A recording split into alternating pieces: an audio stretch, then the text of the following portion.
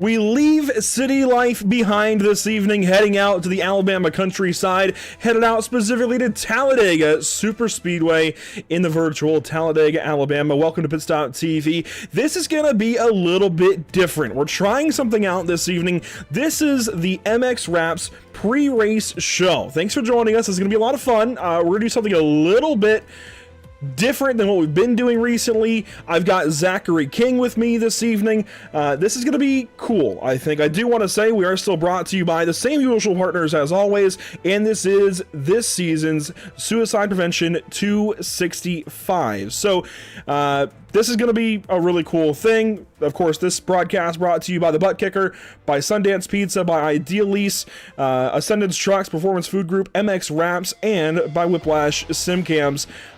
I'm excited for this. Zach King, this is a whole new thing that we're adding to the broadcast. I think this is going to be pretty cool, a nice addition.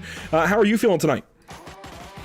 You know, I'm excited. This is a cool thing that I've never done before, but happy to be a part of, and I just can't wait to see what we can do with it. So we've got some drivers to talk to, but first we want to take a look at the point standings for the BRB Buttkicker Cup Series.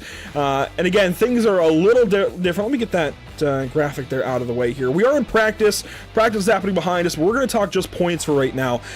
This is a look at things. These are the point standings after Chicago Street Course last week. This is going into Talladega Superspeedway tonight, and this is what we're going to be talking about with all three drivers that we're interviewing in this pre-race show. We're going to talk to Carl Pooler first, and Zach, so far, he's the best of the rest. Yeah, Carl has shown speed all season. He's been in some bad situations that have kept him below the cut line for the playoffs when we started the playoffs. But Carl has shown speed. Still looking for that first win ever. Still looking for that first win. It could come here tonight. We're talking to him first off because he won last night's practice race. He could be in line to double up on the week and win the points race here tonight. We'll also be talking to Brendan Maddox, who sits fourth in the standings, and Zachary Brandvold, who sits third. They are each looking for their very first win of the season. In the case of Brandvold, his very first of his career in the BRB Racing League. They are notables. They are threats for the championship if anything should happen to Dustin Stallings or Ronnie Osber. They're all worth talking to this evening. And of course, we're going to be focusing, I think, on the guys who don't have a win yet because this is wild card week in BRB. Anybody could win this dang thing. Anybody could go to victory lane and change their season, turn it all around. Here's a look at the schedule as far as how we got here. Talladega, race number 16. Just 2 to go after this. A couple of intermediate racetracks, California and Las Vegas. Both are going to be a bunch of fun. Multi-lane racing, a bunch of wide open down the straightaways and tiptoeing through the corners. Going to be a lot of fun the next couple of weeks as we close out season number 4. But for now, Zach, we are going to pivot over and talk to those drivers that we promised a little conversation with. First up, he's noted in the broadcast, or not in the broadcast, in the Discord server as Carlos Pooler. I'd love to know the story behind that, but for now, Carl, you won the practice race last night, so does that help you at all? Does that kind of calm a few nerves at all going into tonight? Oh no, you know, it actually makes it worse there, Andrew. I feel like I've done it once, okay, I've done it in the practice. Now I need to go and do it for real, but now tonight, there's real points on the line, there's more agendas on the line, there's more cars out here. I think last night we ended up with maybe 20, 22, but I'm already counting, oh man, almost 30 already. So we're already loading up pit lane. It's exciting for sure. I think Talladega is probably my favorite super speedway. So I'm not in the chase. Johnny has a far-reaching shot, so if there's a way I can get him points, I think I want to try that. But I think overall it's checkers or wreckers for me tonight. And of course, on our graphic, we have the tagline that you miss the chase, and that's been kind of a common theme lately, unfortunately. You get so close, but just come up just that little bit short. What's it like, though, being able to help a couple of teammates out in the case of Richard and Johnny? One, especially going for the championship still. Johnny's still in the thick of things. What's it like being kind of that anchor for them, helping them out a little bit? You know, it makes it difficult because, you know, we're all trying to want to do the same thing, but we all have our own way of doing things, and we don't always appear on the same page. So it's hard to get our minds and our focus towards one goal. And especially here at Talladega, it's so quick. You can have the best laid plan, and one caution comes out, and it ruins it. So you kind of want to be fluid and want to be able to survive, and that's really the big goal tonight for everyone. Just you can't win it by wrecking on lap 5. You can't do it that way. So you've got to stay in the race. You have to keep a clean car and be able to be there at the end to take that checkered flag. I'll pass on over to Zach King. I think he's got a question for you. Yeah, hey Carl. Still have yet to see Victory Lane in BRB on Tuesdays, but you've won stages before. What is it going to take to be in Victory Lane at the end of tonight's race? Friends. You need a lot of friends. I learned that's one thing I did learn last night is you're not going to do it on your own. 2 cars go better than 1, and 3 cars go better than 2. You're going to need friends, alliances. Again, practice race last night was good for figuring out and feeling out who you want to draft, who you want behind you pushing, and who you kind of want to stay behind and keep an eye on. So I think having some social skills, believe it or not driving with a reckless abandon, as I say, you just got to be smart and calculating on your moves and how you race people, because you never know when the roles could be reversed and you could use that favor. So it's going to take a lot of teamwork for anyone to win tonight. Well, Carl, we appreciate your time here. Best of luck this evening. It's going to take a lot to get that 71 or any car, for that matter, in Victory Lane in a field like this, so best of luck. Thank you, guys. Good luck for yourselves. That's Carl Pooler driving the number 71 this evening. The one driver that we're talking to tonight that is not in the chase. We're going to flip on over to somebody who was second in the standings going into Chicago last week, had a rough night, fell down the order a little bit, but just celebrated his 27th birthday and is now second on the speed charts with his brother just ahead. But Brendan, the paint scheme, what's going on there? Well, Arch Manning didn't play well is what's going on there. Yeah, so Evan and I, we made a bet last season in the championship game, or the semifinal game of the college football playoffs, that Texas and Ohio State were facing off. So we made a bet via paint scheme that whoever, obviously I'm a Texas fan, Evan's an Ohio State fan, whichever team loses. So if Texas loses, I run an Ohio State scheme. If Ohio State loses, he runs a Texas scheme. So last season we did that, and they opened the season together this season, and Texas lost again. So I'm running my second Ohio State scheme, a wrap, I guess I should say, in just as many seasons. And of course, 2 seasons ago, you went to Victory Lane in this race late in the season, Talladega. It meant a lot to you then. What's it going to take to get you in Victory Lane tonight? Do you think you can do it? What's the overall feeling? I definitely think I can do it. The feeling, the track, it's not obviously much different. Drafting is a little bit different since last time we were here. I don't think the side draft is as powerful. You do have to watch for people just absolutely blasting the back bumper. That'll damage the car. And as long as we don't have a caution in stage 3 past, I don't know, a certain lap or something, we should be able to have at least a green flag stop. So you got to make sure taking that at the right time, and just making sure hitting your marks there. Don't get a speeding penalty. That will ruin whatever momentum you have, for sure. So make sure you hit your marks there. My main strategy is just going to be survival. I'm not exactly sure off the top, what the best way to do that is. I'm still kind of batting that around, but it's a little bit of play it safe, but how safe can you play it on one of these tracks? You're in danger anywhere you're at, especially with where we're at in the chase with all of us chasing Dustin here. But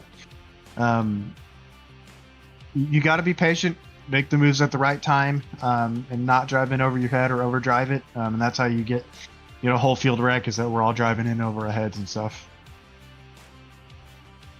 Hey, Brandon, I got a question for you.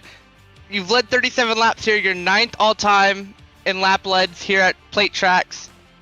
You led 7 in your win here. What is it going to take to lead more laps and get you back in Victory Lane with the help of your teammates from Maverick Motorsports?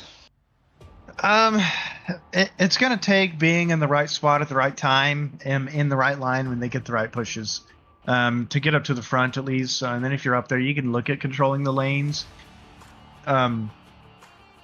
Again, the pit stop's going to play into that as long as we don't have a caution in stage 3. That'll play into that a little bit. To come across the line first, it's just going to have to be perfection across the board, making sure you're not making dumb moves and you're making the right moves, and you don't get yourself wrecked or something like that, get yourself caught up in someone else's nonsense. So hopefully we can pull it in, get some more laps led, and the only one that matters though is going to be that last one. Well, Brendan, good to talk to you here. Thank you for your time, and best of luck going for your first win here on season number 4. Thank you, guys.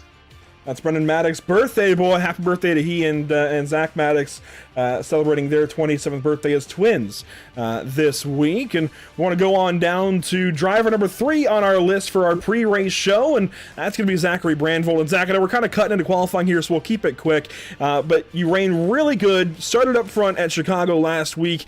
Things kind of went awry. How's the overall momentum feeling going into tonight's race? It's good. We've had a good couple of races to start the chase here, and a good momentum to finish out the season strong so far. I think Talladega is a completely different animal, so not necessarily everything's in your control as some of the other racetracks have been so far this season. Just try and keep clean tonight, and try and maximize points and keep digging into that lead. We'll see if we can get it done. Brandvold, you've shown speed at various types of tracks. I believe you've yet to lead a lap here at any plate track. No, it looks like you have 8. What is it going to take to put yourself in victory lane and get that first win after being so dominant at other tracks? It's going to take a little bit of luck and the right position. Obviously we got to keep the nose clean, and that's going to be the most important thing tonight. I'm hoping that I lead, that final lap, but I think the most important thing looking at the points position is maximizing points right now. So we'll see if we can get it done tonight, though. Well, Zach, of course, as we're cutting into qualifying here, thank you so much for your time. Congratulations on the good run last week, kind of a comeback for you as well. Get back up in the order, and hopefully we're talking to you at the end of this one here at Talladega. Absolutely, me too. Thank you, guys. That's Zach Brandvold. We'll move him back on down and let him get out there for qualifying as time comes down to a close here shortly. He made the chase, by the way, in his sophomore season. That's hard to do in any league. To still be relatively new to a league, Zach, and go up there and make the chase, that's pretty impressive. So with that said, Zach, what do you have for us here before we let you go? So let's go over some trends real quick for tonight's race. The average yellows here have been 5.3 here at Dega. Average lead change is 17.6, so you got to be there. And also another thing, last lap pass for the lead has happened twice out of the 3 times we've been here. The other time, it was on 2 to go. So if you're leading with 3 to go, don't expect to win. You got to be pushing it harder to not lead that last lap and then try to make a move for the win. There you go. Some details from our very own trend master, if you will, in the BRB Racing League. Zach, thanks so much for your time. We'll talk to you in the post-race show later on this evening. Until then, best of luck out there watching these guys do what they do best. Thank you, Andrew. It's awesome to be here. And we'll move Zach King up out of the broadcast booth here for just a moment, and we'll bring in our other commentators, other voices here on the mic this evening. That's going to be, of course, Zach Murtis, as you've all grown accustomed to here with our Pit Stop TV broadcasts of the BRB Racing League. But we also have Devin Mosley joining us this evening. First, I want to talk to you, Zach. Welcome into the broadcast booth. As we watch qualifying here, this is a very different feel, very different vibe for us, very different kind of broadcast style to get the season, or get the race going this evening, and get the season closed here these last couple of weeks. I think this is fun. It leads us right into qualifying here. This is high pressure for these guys. They've got to try and start up front. Yeah, absolutely. We've been sitting here watching the lap times going in, and Dustin Stallings is definitely picking up where he left off in the previous race, obviously without the wrecked race car. But he's starting up on the front row at the moment with a minute left in qualifying. You see Camper here practicing his pit entry. Scott Fritz, you just saw, went to the top of board. Most recently, here's Cameron Gilmore running out there as well, taking a look at Scott Fritz in that Sheets Racing machine. That number 48 Chevy is pulling around on his second lap, I believe. No, yes, it is his second lap. Rolling down below the double yellow line. It's a little trick everyone likes to use here. Get on the flat, cut the course short, roll up to the line. It's going to be a 54.15. Go slower lap number 2. Cameron Gilmore. He goes to 54.15 as well. Here's Cameron Carden, one of the Whiplash racing drivers. I love these suicide prevention schemes as well, Andrew. I love seeing these guys showing support for a really good cause. I love seeing the support right now. Got a lot of them out there. We'll talk about them through the balance of this evening's race, but qualifying quickly coming to a close. So let's go ahead and let qualifying be as it may. That's Scott Fritz on top. We'll go through the full rundown in just a moment, but until then, Zach, we have not yet gone over this track map. This is the one track map for the season probably we don't need to talk about too much other than the start-finish line being down past pit exit. Yeah, absolutely. They say everything's bigger in Texas. Well, Talladega's go big or go home. There are so many variables at this racetrack that could always play into a factor. You know, one thing I always love to bring up is the Talladega curse. Nobody talks about the Talladega curse anymore, and it always tends to play a factor. It always seems to rear its ugly head. But, you know, obviously the similarities comparative to Daytona Superspeedway, or Daytona International Speedway, a little mixed match on the name. Similar look, much bigger. Higher banking, about a tenth of a mile longer. Front stretch is a little bit further down, obviously. Talladega creates different variables that we don't typically see at a racetrack like Daytona. It's similar, yeah, but Talladega seems to open up a lot more of Pandora's box, we'll say, because these guys just seem to come out here to Talladega compared to Daytona or even Atlanta and just give us a totally different form of racing. And of course, you see cars are headed to the grid. They're gridding up. They have just a couple of minutes to do so. So let's go ahead and talk the grid this evening. I'll walk you through your top 10. Zach will take 11 through 20. Devin will get 21 through 30. We might even have a few stragglers at the back end, but let's go ahead and roll down through your Lucky Performance starting grid. It'll be Scott Fritz on pole in the sheets. Why the sheets not? Number 48 Chevrolet. It'll be Dustin Stallings from the outside of row number 1. Starting third, Zachary Brandvold, hot this season. He's looking for a first win. Could it be here tonight? We'll see. Dakota Kemper, he's got it done on these speedways before he starts from 4th. Starting third, Kyle Heath, recently won back at Miami. Christian Barnes, he's got a couple of wins this season. Could he get it done here tonight at Talladega? Sam Dyer, he could really use a win. He's kind of below the case of reality for the chase, but still looking for the championship anyway. Braxton Skinner, he's always looking for a win here in the BRB Racing League, ahead of Stephen Borbell, making his second triumphant return start here in the series alongside Cody Dorsey with a solid qualifying run. Right outside the top 10, you'll find Ronnie Osmer, who is up there in the points as well. He is looking to steal this away from Dustin Stallings within striking distance. Coulter Clark starting to his outside in that 12th position. Johnny Wood Jr. and Cameron Gilmore are going to make up row number 7 in the 13th and the 14th starting spot. Right behind them in the 15th and the 16th spot, you'll find Jared Hughes and Brandon Van Wingerden rounding out the top half of the field. Then you'll find Zachary Maddox in that 17th spot with Adam Buzzio and his little Ride the Dente scheme in the 18th position. 19th on the grid, you'll find Cameron Carden, and then another driver who's close in the points. That's going to be Brendan Maddox. He's starting in the 20th position. Starting 21st, but equally as fast as number 90, Josh Parent, and outside of him, the number 81, Evan Patenko. In the next row, we got Hayden Perkins, number 19 car, and Carl Pooler in the 71. Spoke to him earlier. Breakthrough Rattel, number 6, and number 18 car, Gray Walker, starting 28. Number 29, Zachary King in the 51 car, and 30th, number 62, Dan Stockaro. In that final row will be Dakota Bly and Jason Bottom. Zach King will not be in tonight's race. He's actually still serving a suspension, a 2-week suspension levied after Rockingham a couple of weeks ago. Let's quickly go through Whiplash SimCam's race details before this race gets underway. This is a 100-lap contest, 266 miles in total. Stages will end at the completion of lap 25 and lap 50. Then we'll race all the way to lap 100. 6 change sets, plenty for a race like this. 80% fuel will kind of limit these guys down to a pit stop during that final stage. And of course, fixed setup, 3 green-white checkers available, and no fast fix for these drivers here this evening. Let's go ahead and do it. Let's turn the music down and turn the engines up as we approach the 80% fuel will kind of limit these guys down.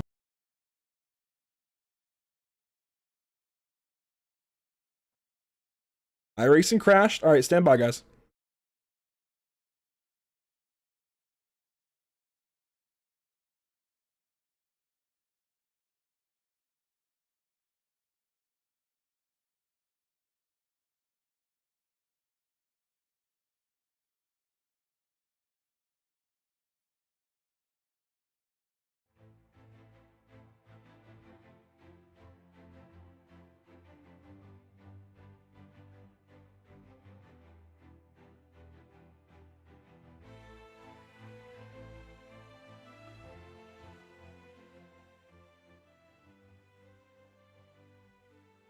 All right, ladies and gentlemen, we're going radio style here on Pit Stop TV for the first opening laps here in the BRB Buttkicker Cup Series at Talladega. Rolling off, we've just completed lap number 1. Scott Fritz, Zachary Branvold, Kyle Heath. They're going to make up here top 3 with Dustin Stallings running in the 4th position. Sam Dyer is up 2 spots. He's up running in the 5th position.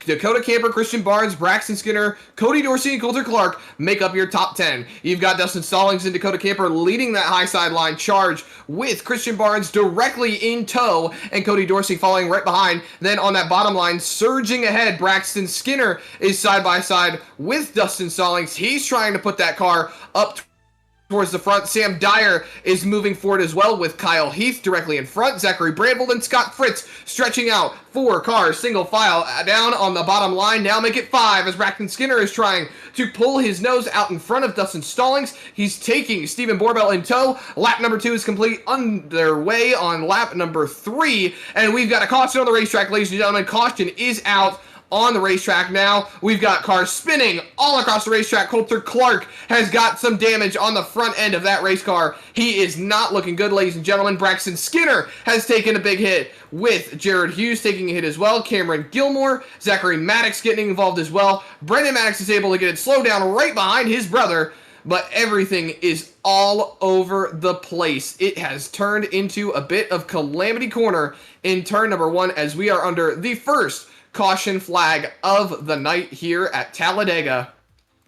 So many things have just transpired on this racetrack right now. Looks like Joshua Parent got into the back bumper of Evan Patinko as well. A little bit of back bumper damage and front bumper damage to the 81 and the 90 car. Nothing too major. The big damage, though, is going to be on Gray Walker and Braxton Skinner. They're having a bit of issues as well. Looks like Gray Walker is actually having a disconnect flag, ladies and gentlemen, one of the newer features here on the iRacing.com sim. But Braxton Skinner, very much in some big trouble here at the start of this race. He has got some major damage on the front end of that race car. He's actually spinning again here under caution, ladies and gentlemen, having some trouble keeping a handle on that race car, but he has spun it to pit road. He's right there at the entrance. He's out of harm's way, not getting into anybody else, but there is some big damage on the rest of these cars. Coulter Clark, one of the big ones involved in this one. He has got some nose damage. No pit for repair flag, so he's going to be able to keep on rolling with some damage repair. Carl Pooler has some left front damage as well. He's going to keep on rolling. Richard Wolsifer was able to make it through clean and all good. Number 21, though, of Cameron Carden, he's got a little bit of nose damage as well. There were a number of players in that racing incident, ladies and gentlemen, a number of drivers that got some damage out of this one. Notable drivers, Cameron Gilmore, he's got some damage. Adam Buzzio seems to be clean, and Patinko's got some damage. Zachary Maddox may have a little bit of front-end damage, and Brendan Maddox looks to be clean after getting into the back bumper of that number 14. His teammate from Maverick Motorsports, Joshua Parent, is going to like to stay onto the racetrack, as are Brendan Maddox and a number of other drivers. Gilmore's in the pit lane. Zachary Maddox is into the pit lane. Evan Patinko in the pit lane, Carl Pooler as well. We've got Caden Perkins, who wasn't particularly involved in that incident, but he is going to be running down into the pit lane, topping off on some gas, getting himself into a better position as we continue to roll on here under caution. And we're back. A very tumultuous time getting this broadcast started. We tried the new pre-race show. Thank you, MX Raps. And, boy, of course, iRacing crashing coming to the green. Wouldn't have it any other way, right? Well, Scott Fritz is leading here under caution. Zach has kind of walked you through everything that's happened. But let's recap what we can see, at least, here in the sim. So Braxton Skinner with some trouble. He's in the pit lane. There's his number 33, Devin Mosley. And that car is not going to be that aerodynamic anymore. No, it's going to have a hard time making a quick trip around the racetrack, but this guy came through here today trying his best to make it fast laps and just got caught up in the big one early in this race.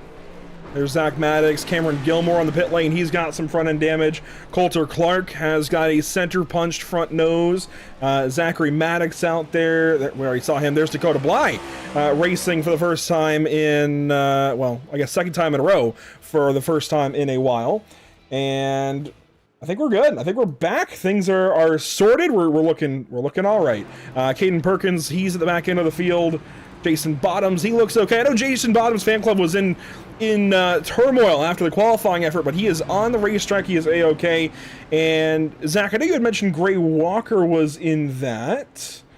Not particularly in it, but having a connection drop flag. It's one of the new features on the iRacing.com sim. It shows drivers that are having certain connection issues, and it will deliberately make sure that these drivers are not being included in the racing, kind of putting themselves in their own little session type deal and keeping them away from causing major incidents out on the racetrack.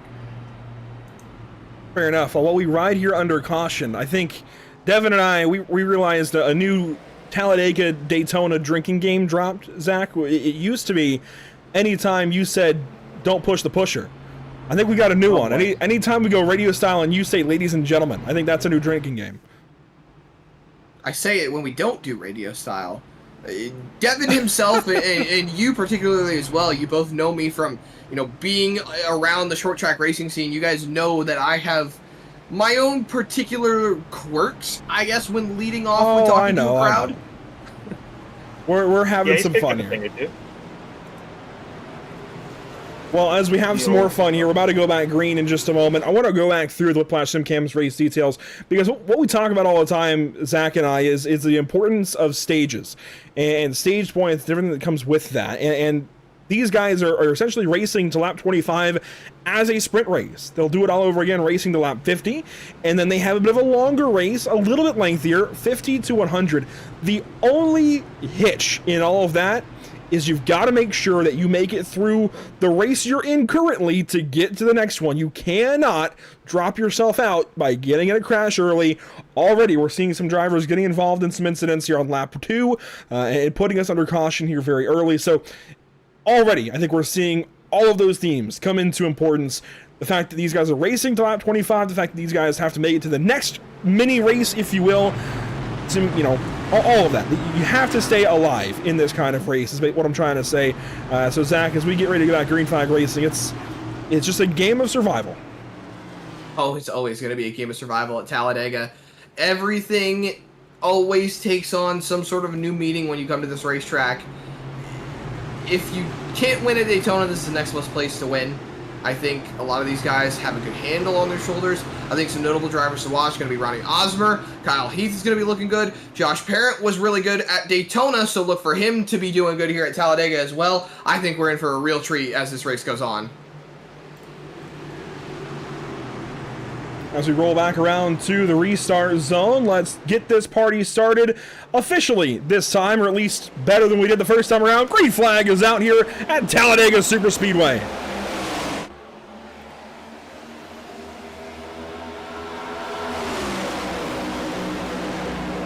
Going into turn 1, we're still 2x2 racing for that lead. Pushers pushing the leaders. 2x2, got 35 car in third place on the bottom line. Coming out of the front backstretch. Oh, you got a little loose there. Hold on together. Coming down the backstretch. 2x2, looking 3x3 in some parts. Third lane trying to form. That top line getting a big run off of turn number 2. Kyle Heath leading it. Borbell in the middle of that little 3-car gaggle. And, of course, Dakota Camper drops down with them. So they get 3 cars dropping to the bottom at the front of the field. Now 4 cars single file as Ronnie Osmer leads up the top lane ahead of Adam Buzzio and looks like Andrew Rattel. A lot of Sheets cars on the racetrack tonight. We'll talk about that, I think, a little bit later on in the broadcast. But a lot of similarly colored red machines out there tonight. There are a lot of drivers that looked like they were trying to form a third lane. The backstretch looked like it was trying to get going, but nobody really wanted to take that middle line. I saw one car poke out towards the back of the pack. Didn't quite get it done, but here comes Ronnie Osmer around the outside line. Andrew Rattel's giving Adam Buzzio a shove up off the corner. They're looking to keep some air on that nose, and Osmer is going to clear that bottom line. Going into turn number 3, he's looking low, he's taking bottom. He's going to move too late, though, as Adam Buzzio is going to get the push from Andrew Rattel and lead that top line charge. And he drops to the bottom now. Yeah, that fast Chili's car is taking to the lead now on the bottom of 3 and 4, coming back to the front stretch. You got to be very careful making these moves entering the corners, because once you make that move, you're pretty much committed to it. Coming with the push in the front stretch, 15 car up to the back bumper, that Chili's car, trying to make sure he gets that lead coming out of turn 1. And to the fan cam here, these guys zooming away off into turn number 1. You see the field stretching out, but still up front, things are tight. Guys are racing for spots, jostling around, even 3 wide in spots as they race off of turn number 2. Here comes Andrew Rattel with help from Cameron Carden. Andrew Rattel, help from Cameron Carden, then Eric Jensen in that line on the top side. Saw Scott Fritz trying to poke out to the top line, almost made it a top line. Actually, excuse me, that was Evan Patinko in that 81 racing machine. He was looking on that outside line as we ride on board with the number 21 from Whiplash Racing, Cameron Carden.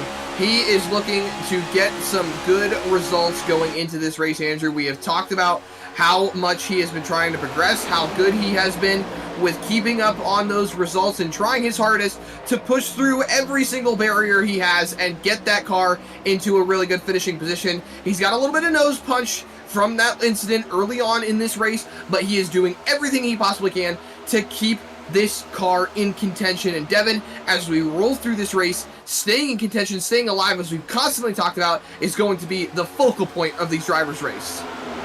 Staying alive is very key and very important in this race, but the best place to do it is from up front. These guys are pushing very, very hard, but in order to get up front first, you have to be the pusher. Make sure that you line up these pushers back and square and don't send them off the corner so you're coming up on lap traffic. Back through the trioval here, lap 10 of 100. This will put us 10% of the way through tonight's race. There they go! Across the start-finish line to complete lap number 10. There is a slow car ahead. That is Braxton Skinner. He is 1 lap down, and he has got a whole host of issues. Here he is on the bottom of the racetrack trying to get out of harm's way. Here comes the field. I think he'll be able to get down to the apron here and let the field go by. Yeah, perfect stuff here from Braxton Skinner. This is what you want to see. When you can do this and you're this damaged, this is what you want to do. Get down out of the way. Let these guys keep racing. Giving a lot of space in case there was some wrecking going on, making sure that he's staying out of it as well. So he's giving them their space while also keeping his distance. That is a good thing we like to see. Up top, saw Evan Patinko trying to see if he could form a third line once again. Adam Buzzio has been trying to play Pied Piper as well. He moved from the bottom to the top in the corner in the straightaways to try and see if he could keep that car out in front, go with the line that's best forming, or he might just be trying to get with his next level teammate as Steven Forbell is right behind that number 5 car, trying to push him up back to the front. But Andrew Rattel in that Southwest Racing machine, well, his usual is a Southwest Racing machine. He's in a Sheets ride tonight, and he is out in front, leading with Ronnie Osmer and Kyle Heath right behind. And Osmer being up there in the points, this is something that he's looking good for, as we do not see Dustin Stallings up in the top 10 looking to try and grab some stage points. Yeah, stage points and teammates are very important here at a racetrack like Talladega. You got to keep you guys as close as possible. Make sure you have people you can trust around you. As they start to form this third line up top, and as they keep forming this third line, it'll get tighter and tighter to make these passes, and have to be very careful not to bump into each other in the wrong places.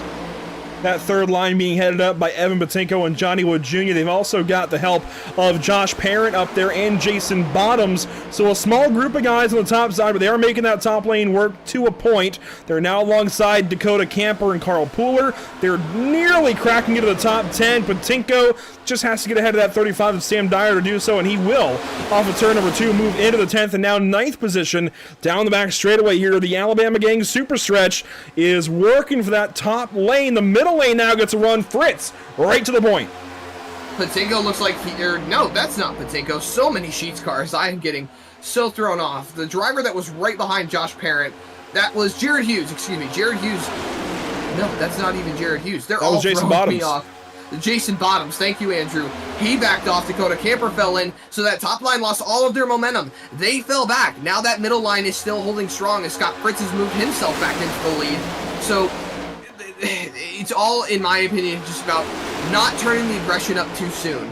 You do not want to go out there and start forming that top line, getting really aggressive, getting hardcore with those pushes, as we see Brendan Maddox dropping back down to the bottom. So that top line is now losing all of its steam, and I think these guys are starting to realize here, Devin, that with one more lap car coming up here, that maybe the aggression level does not need to be turned up this quick.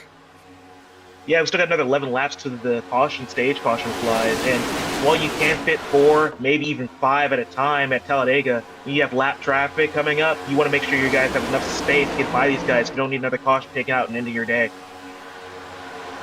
Mentioned that lap car ahead of these guys. It's actually going to be Gray Walker in the number 18 this evening. The CC's Business Toyota Camry did not get a good start. Actually did not make the start of tonight's race due to some connection difficulties. So good to see Gray on the racetrack now, albeit 31st, 12 laps down.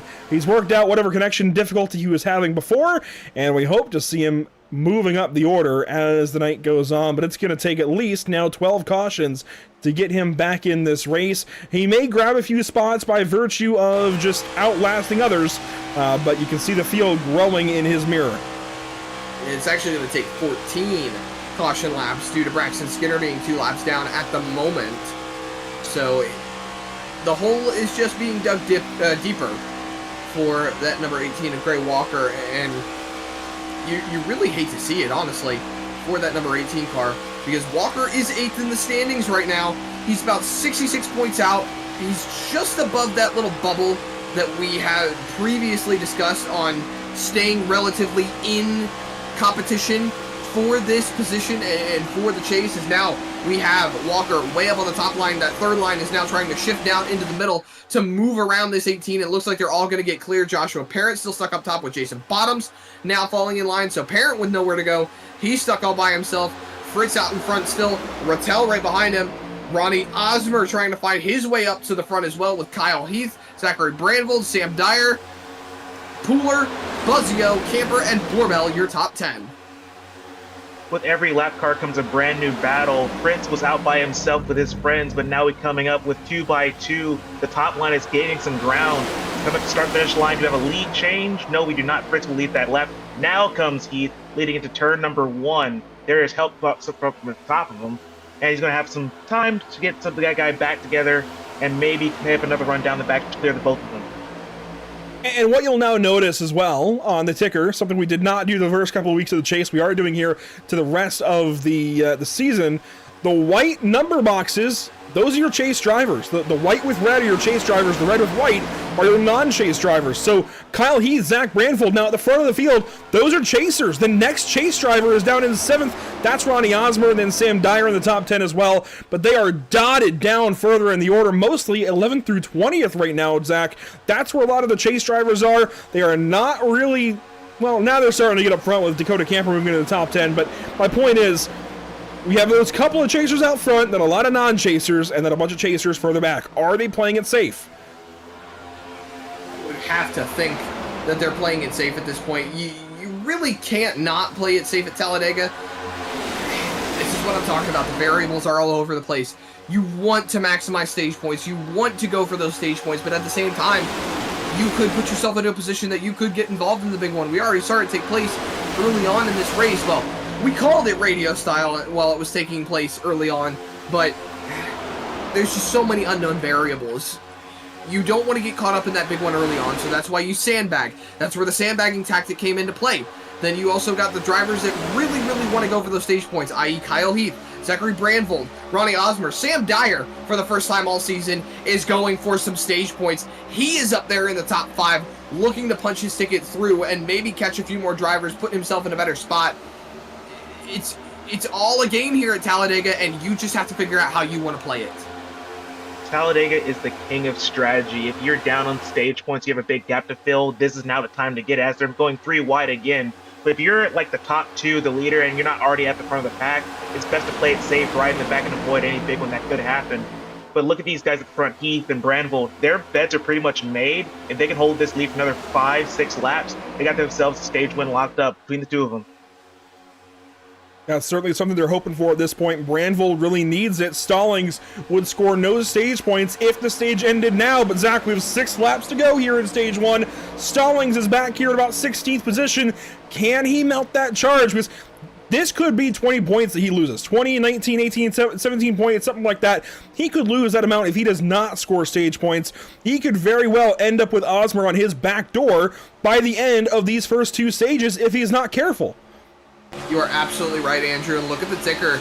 The top 10 is now becoming more populated by chase drivers. It's here we go. Slipping at the moment as we see Dustin Stallings. He's making his move. He's going to the outside line to make it 3 wide. He's on the outside hanging on Cameron Carden. That is for 1 point right there. Camper to his inside holding on to it as well. Now getting the run down the straightaway.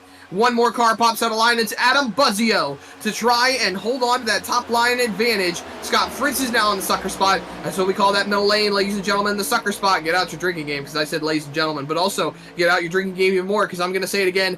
Do not push the pusher. Do not lay into that car in front of you that is pushing that car in front of you. That is going to create some issues when moving forward, because that can create a little bit of bumper tag and, well, accordion effect tend to go in the direction of wrecking, we'll call it. But things are shaping up as we've got 5 laps to go on the stage. That was a prime move pulled off there by Buzzio, sorry. Because once you get to that outside line, that middle line, once it lines up, it just gets sucked backwards. There's no escaping it. You just lose spot after spot after spot. And here they come 2 by 2. He's going to try that 3 wide move again for the lead this time, coming down the front stretch. Brandvold moved up to block Buzzio. Buzzio gets shunted out of line. Here comes Stallings in a lap. He went from 16th to, excuse me, to 7th, and now to the top 5. Choking on a cucumber over here. Slices of cucumber, I want to say. Boy, mid-race snack. Anyways, Stallings might be going for mid-race snack here in a minute. He went from, again, 16th to the top 5 in about a lap. Stallings is moving up. We saw Braden Van Wingerden almost get turned around off the nose of Brendan Maddox. They were getting really close together. Stallings moves back up to the top line. There's a lap car hanging on that outside line. That's Coulter Clark. We're going to be 4 wide. No, we're not. Stallings drops in line. Now we're 4 wide, a little deeper on. Coulter Clark falls in line right behind Scott Fritz. There's no help on the top line. The middle line has now become the top line as Kyle Heath has worked out a 5-car length advantage over that top line. Look at it, Dakota Camper, the first one clear of Zachary Brandvold. And look at Richard Wolsifer. He's coming up inside the top 10, trying to get himself some stage points. Yeah, we got a lot of chase drivers here all of a sudden with 2 laps going into the stage. Everybody but 2, Rattel and Windinger, are all here looking for stage points to help out their chase hopes for this championship. It's going to get tighter and tighter as the pushes get bigger and bigger. Everybody's going for that lead spot here late in the first stage. Off of turn 4, it'll be 2 to go. This time by a couple of cars moving up. Those are Van Wingerden, those are Jensen. It looks like one more back there, maybe Parent possibly, sticking up to that top lane. Here we go, 2 to go in the stage. It'll be Kyle Heath across the line over Andrew Rattel, and 8 chase drivers now in the final 8 spots of the top 10. Coming to the top 10, we only got 1 non-chase driver left in second place, and that's Rattel. These guys are going with all they got. There's no need for a pit stop here. Oh, there's a guy down below the yellow line, but he's going to keep it safe. These guys are looking for every point they possibly can to make sure they get as tight as possible. Going 3 wide again, back for 10th. Trying to come up here into turn 3 and 4 for the end of this stage. We saw Johnny Wood Jr. hanging on that top line, trying to see if he could force his way forward. No dice with no help as they are coming back around. Look at the advantage the 2-car tandem of Rattel and Heath has gotten, but here come the rest of the pack. They are going to try to close that gap in. Rattel backs off. He's looking like he's going to set himself up for a run. Brandvold up on the top line. 1 lap to go in the stage. They're going to try to go for all the marbles here, Andrew. They're going to try their hardest to find their way to claw forward, get some more stage points. Here comes Stallings, though, pushing Brandvold up on that top line, and he's bringing Brendan Maddox in tow. Stallings has moved himself to the top 5. Here he goes for the top 3. He pushes Brandvold around Kyle Heath, who tried to block that 55 car. Brandvold now leads. Here comes Rattel on the inside. He backs out for his teammates, or at least Alliance is up top. Teammates, or at least Alliance is down low. It's going to be a battle of the numbers game down to the start-finish line. Here we go, Zach, to the end of stage 1.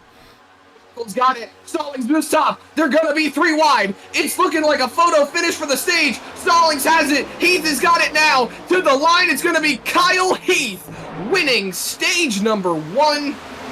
And Dustin Stallings, while Chicago being the hiccup, was trying to get back to his absolute dominance of stage points. Couldn't quite get there. Kyle Heath takes the stage win for stage number 1 here at Talladega. What a great job to get that run on that bottom line. Kyle Heath pulling it off by a whopping 0.032 to get that stage win. that's a nail biter right there. That was really entertaining racing, and that's just for the stage. Imagine what they're gonna do for the finish. Like, these guys really need a lot of points coming into this race, and if they're gonna fight that hard for just stage points, who knows what they'll do for a win? That's amazing. The highlight, though, of this stage has to be the guy in second, Dustin Stallings. He raced from nearly 20th spot up into second by the end of the stage, a matter of just a handful of laps. He went from 15th, 16th, 17th spot up to second there, nearly won the stage, and that is disaster for everybody else in the chase. Literally, the other 11 drivers needed the exact opposite of that. They needed him to stay 11th or worse in this stage. This could be the beginning of him locking the season up early.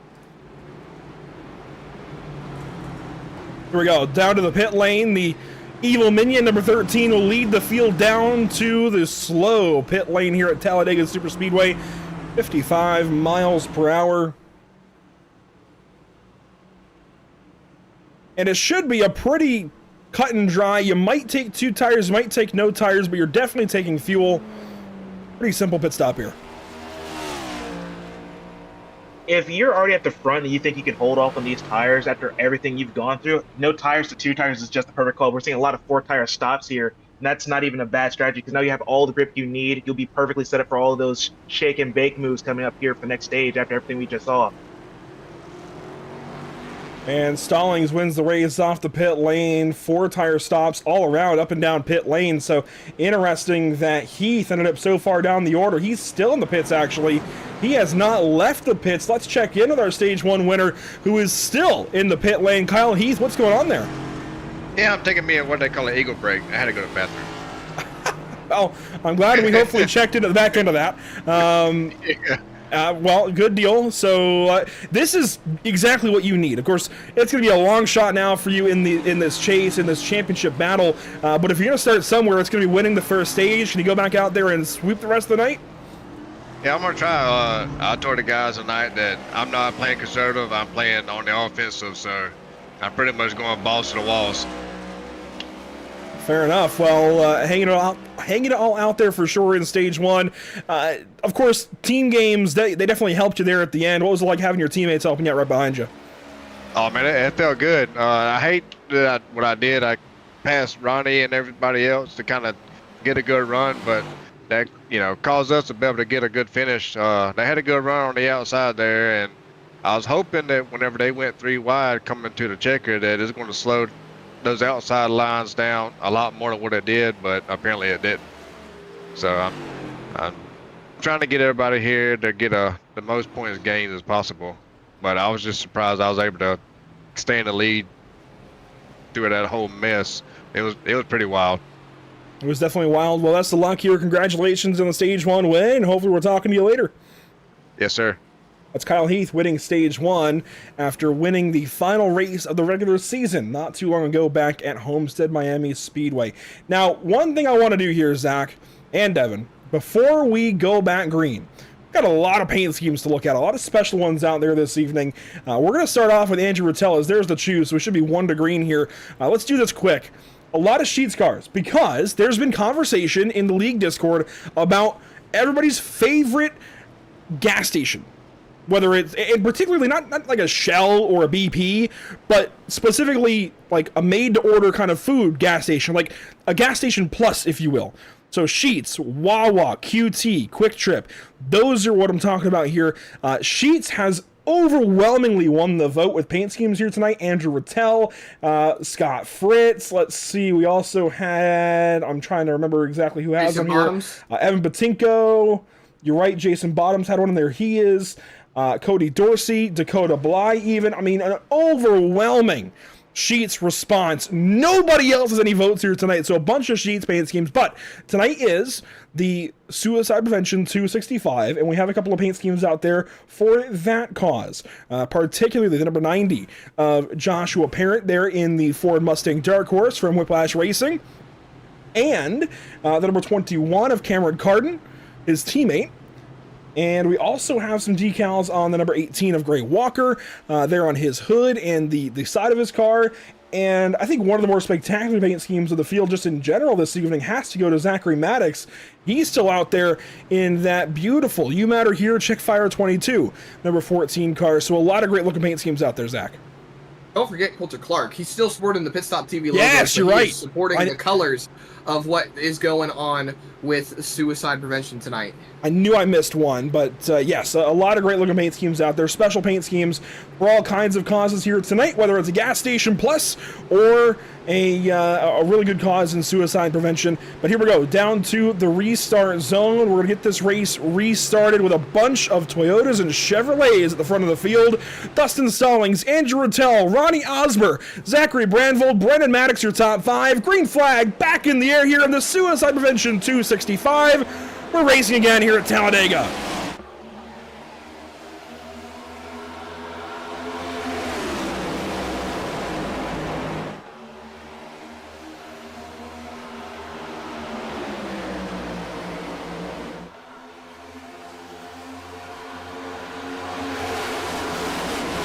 Down the Alabama Gang super stretch. Here we go. Rattel with a run. He's got help from Brandvold. Stallings is falling back with Osmer. That top line always gets that run here at the beginning of a restart.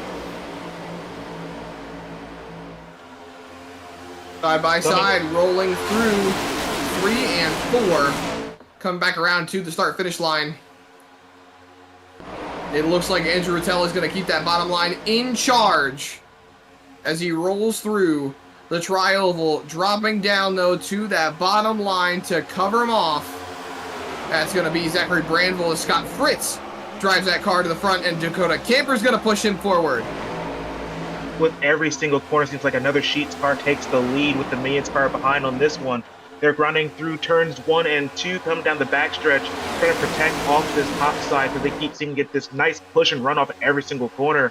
I don't know what they're going to do to have to stop it, but they had to protect the top and the bottom coming here throughout the next part of this race. Here comes Richard Wolfsfer, a push on the top side from what looks like Eric Jensen, getting that number 56 car going. Wolfsfer has had an interesting run this season, some high notes, some low notes. Would like to add another high note here this evening at Talladega. Here he comes with a run into the tri-oval. Zach trying to lead lap 30. He's getting closer and closer to the front of the field.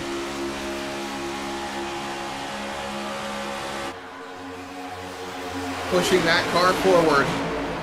Richard Wolfsfer is going to try to see if he can take that car to the front, lead a lap here tonight. Eric Jensen doing his very best to push that 56 forward, but that bottom line has just been so strong right now. Third line is forming. Yeah, third line is coming in, and once this third line comes in, that middle line tends to slow down. It's not nearly as dangerous to the bottom line, as this top line is making a very, very huge run. If they can get even, they can pull back this middle line and go for first place position as this shorter stage gets underway. 56 car getting sideswiped. Oh no, he cuts him off and they're wrecking! Big crash at a turn number 4. Wolfsfer off the nose of Jason Bottoms. And there is Wolfsfer's machine.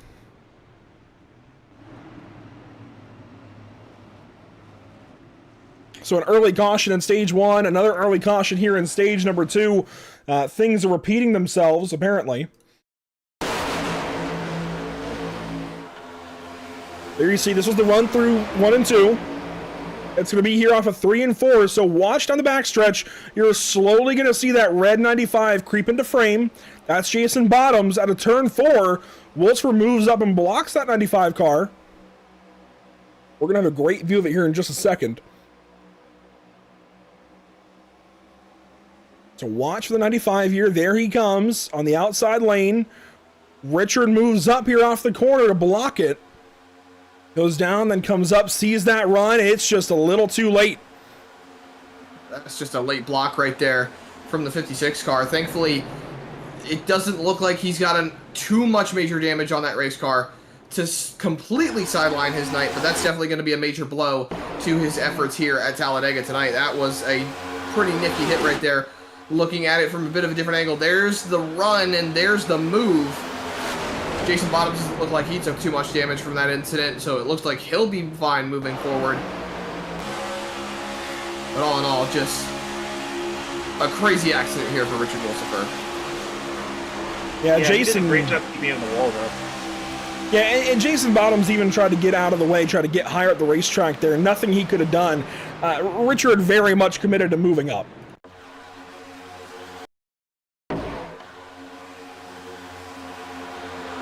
It's just one of those things you see here at plate racing, trying to make the block, keep your momentum, stay your position as high as you can, and then sometimes just one bad move just a tad too late, just a couple of seconds, and it'll spin you around. Thankfully, it's not the big one.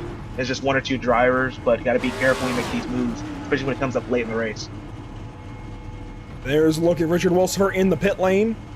A lot of cars here in the pits under this yellow. Sam Dyer, one of them. Gray Walker in the pits. Johnny Wood Jr. as well. Cameron Gilmore, Coulter Clark, Caden Perkins. He's got a special paint scheme on there. Wilsifer still in for service. Dakota Belay is in for service. There he goes.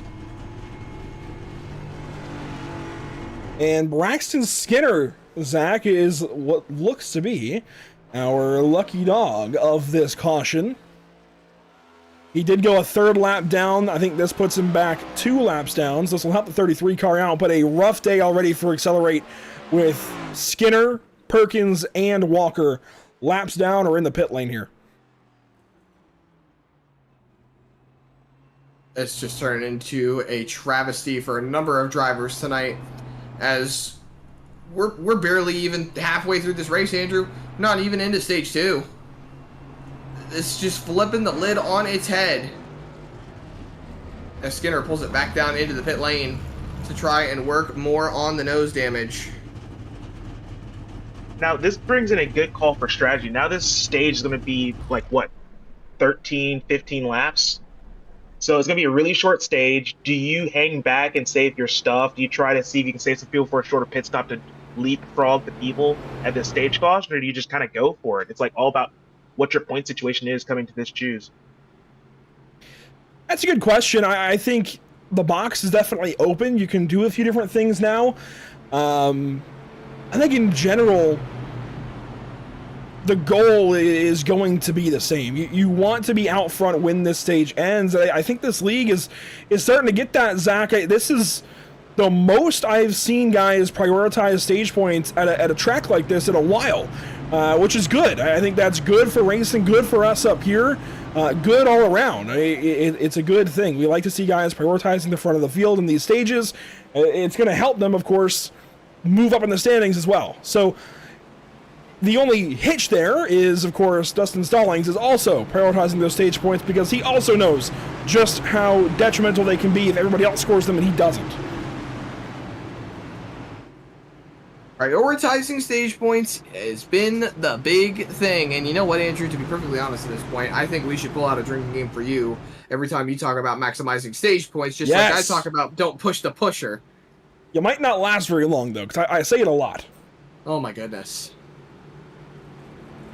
Well, while we're under caution here for just a little bit longer, I want to give a shout out to somebody who's already led a bunch of laps here tonight. That's going to be Adam Buzzio out there in the Ride the Dente machine.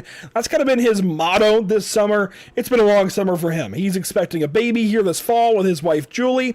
He's been doing all of the work here behind the scenes. All of the work. He and Borbell do a great job of splitting it up, and the other admins as well.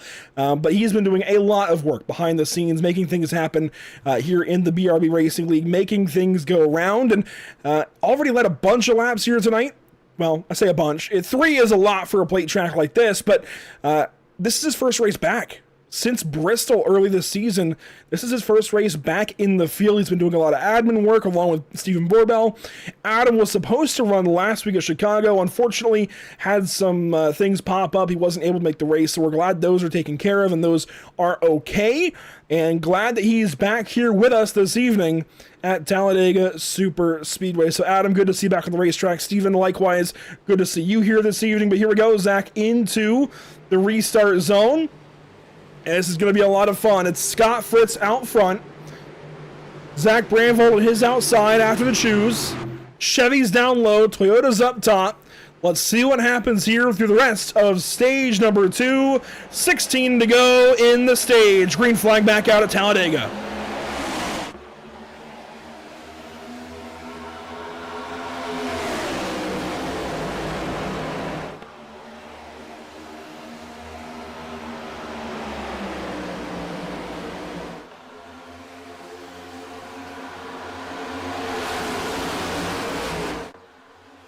Down the Alabama Gang Super Stretch. Lap 35 of 100, just past a third of the way through this race. Brandvold, Stallings, they get a run, and they wisely stay up top for now. I think that's the place to be. Top line has had the momentum to move forward throughout the course of this event. Look at how squirrely everybody is, though. It's getting really dicey to keep a car up there. And to be perfectly honest, I'm not sure how viable it's going to be moving forward. It seems to be better overall at the moment, but with just how much everyone's moving around, with 15 to go, and someone trying to form a top line, that's going to be Brendan Maddox. It's all looking like it's going to start falling apart here soon. Your words exactly, it all falling apart. It was very organized on that restart from that top line, but now with this third line forming, it's starting to back up once again. The bottom line will prevail coming out of turn 2, as they're trying to go 3 by 3 by 3 in the back, trying to organize their lines for this next run at turn 3. Fritz and Camper at the front of the field. Camper's got to win here in the BRB Racing League on one of these types of racetracks before. He's got it done in the past. He's trying to get it done here again this evening. Camper to the front. Here comes Rattel to push him. What a move from that 6 car. They now control the top side. Moving forward, Dakota Camper leading that bottom line charge now. Andrew Rattel laying into that back bumper. It is 2 Chevys pushing down low, 3 if you count Scott Fritz, and then 2 up top with Brandvold and Stallings trying to make some ground, make some hay up there on that top line. You see Carl Pooler moving around the back. That's Zach Maddox moving down to the bottom. Now third line trying to form once again. That's Christian Barnes. Christian Barnes is going to be left up there all by himself on this one, entering the turn 3 and 4. Still 2 by 2, pushing really hard for this exit of the corner. Now here comes his help. You got people 3 by 3 coming into the tri-oval. Then here comes that push from the Buckeyes. Brendan Maddox gives that 27 car a shove, trying to get him moving. That's going to bring Johnny Wood Jr. and Carl Pooler. Remember, Pooler's a threat to win this race. He won the practice race last night. These guys run mock races on Monday nights to get ready for the big race on Tuesday. He won that race last night, went to victory lane. He needed some help to get it done, but he got it done. Could he do it again here tonight for points? We'll see, as some big moves are going on up ahead. Jason Bottoms now to the point on the top side of the racetrack. He will lead the top lane. He's got Cody Dorsey pushing him. They are moving forward, but now they move up top, way up top. Camper still leads over Rattel and Fritz. That middle line, that sucker spot, trying to kind of not live up to that name as Jason Bottoms went to defend, quickly moved back up to the top line. Now the middle line pushing forward once again. Brandvold doing his best to keep that line moving forward, but look at the stretch that Camper and everybody else on the bottom line has. There's your front 5. They're completely clear up that top line of any line at the moment. The first battle side by side is going to be Brandvold right behind, and that's Stock Caro on the bottom line as Johnny Wood Jr. is now moving up top. He thinks that top line is going to start forming. No, he moves back in line to try and keep the momentum he's got going already. If you're the front 5, you have to be loving this. All this battle in 3 wide is just dragging that middle line back and giving you so much space to breathe and to think. But here comes that second line again as more cars move up, challenging for second and first place coming down the front stretch. You got to be very careful because we have less than 10 laps to go at the line for this stage break. It's going to start ramping up again for these positions. Getting down closer to 10 to go in stage number 2. That was 11 that time. They'll come back around and get 10 the next time. Then 9, of course, on from there. Camper leads, but his de facto teammate, more or less, Ronnie Osmer, to his outside. Now, they're both in the chase, but Osmer with a much better shot at the championship. He's second in the standings coming into tonight. Zach, where is he now after stage 1? Rolling through. Osmer, at the moment, still currently sits in that second spot, and he has actually lost ground, Andrew. That stage did not help him while while Stallings scored 9 points. Osmer scored 6 points, so he actually lost ground from 27 points back to 31 points back. Brandvold and Maddox both lost ground as well. They are both tied 44 points back, with Johnny Wood Jr. sitting 68 points back, Christian Barnes 70, Hughes 75, and Gray Walker 76 points back. and he is itching closer and closer to that territory that we saw Kyle Heath in at the start of this race, with being a little bit outside that window. And if he gets a few more points, Andrew, he is going to be completely outside that window from a competition standpoint. We got a caution, big wreck in the back. They're spinning, all of them. Turn number 3, Coulter Clark's involved. Christian Barnes down on the bottom. I think we were riding on board with Jason Bottoms there. There is Joshua Perrin involved. Jared Hughes involved as well. Oh no, this is just a big ol' incident. A bunch of cars in this one. This is caution number 3 for cause this evening. Let's see what happened down here to turns 3 and 4. Johnny Wood Jr. leading the top lane. Oh, Zach Maddox tried to move up. There was not room.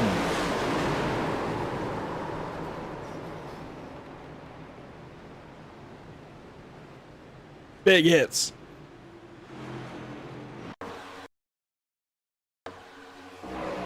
Watch the 14. He has a run, checks up, tries to kind of weasel in that hole, and there just wasn't room. That's unfortunate. Oh, and then a big impact right there with Coulter Clark and Joshua Parent. I wouldn't be surprised if Joshua Parent has some sizable damage on the front nose of that race car. He was a very strong competitor at Daytona. One of the drivers we were looking at, as well as Kyle Heath, Ronnie Osmer, coming into this race. So watch this blue 14. He has a big run. They stack up ahead of him on the bottom. He tries to go middle. Watch this. Right here, we'll slow it down.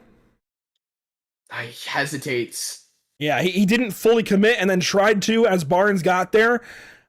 I'm not race control, obviously, Zach, but if I was, I'd put this on both of those drivers. Zach for hesitating, Barnes for just not lifting. It's not even halfway.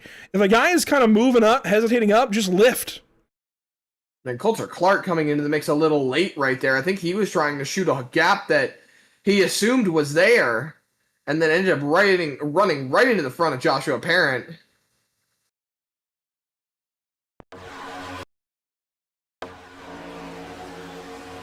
Let's ride on board. Let's see if Barnes lifted.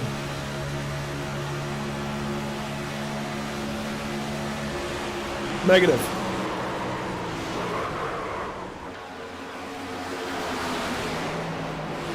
This is the way I've been putting it lately. Frankly, I know he doesn't want to lift there, but if he did, they'd still be racing, right? He'd still be in that spot, still have a chance to move forward, no damage on the car.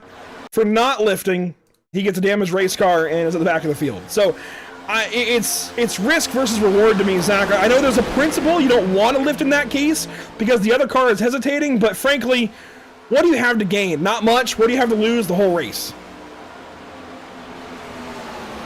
With still over half the race left, I feel like you have so much to lose, and maybe the risk is worth it at some point. Maybe the track position is going to be good for you if you want to go for those stage points.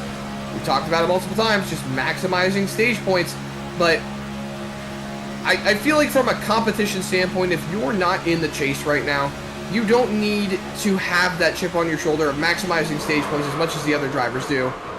It's a quick turnaround right there for Joshua Parent, but it's all the driver mentality. Drivers are going to do what benefits the driver, and half the time, and sometimes, and I'm going to speak from a personal basis on that one, maybe they don't always know what they need at that point in time.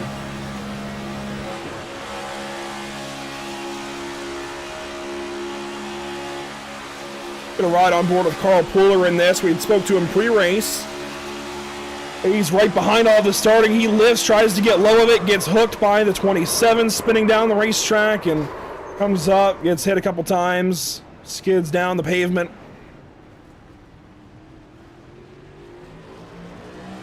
Just not what anybody needed at this point in the race. And again, I go back to the fact that I get it. There's a principle there. You don't want to lift for somebody, but self-preservation, especially on these kinds of racetracks, if you lift, you'll live to see the next lap more times than not. And that's what's important here in these races. You got to stay in it. Otherwise, there's nothing to earn, right? You're going to go to the back and lose all those points anyways. So as my voice starts to give out, I don't know if you guys can tell, my voice has been giving out for like 20 laps.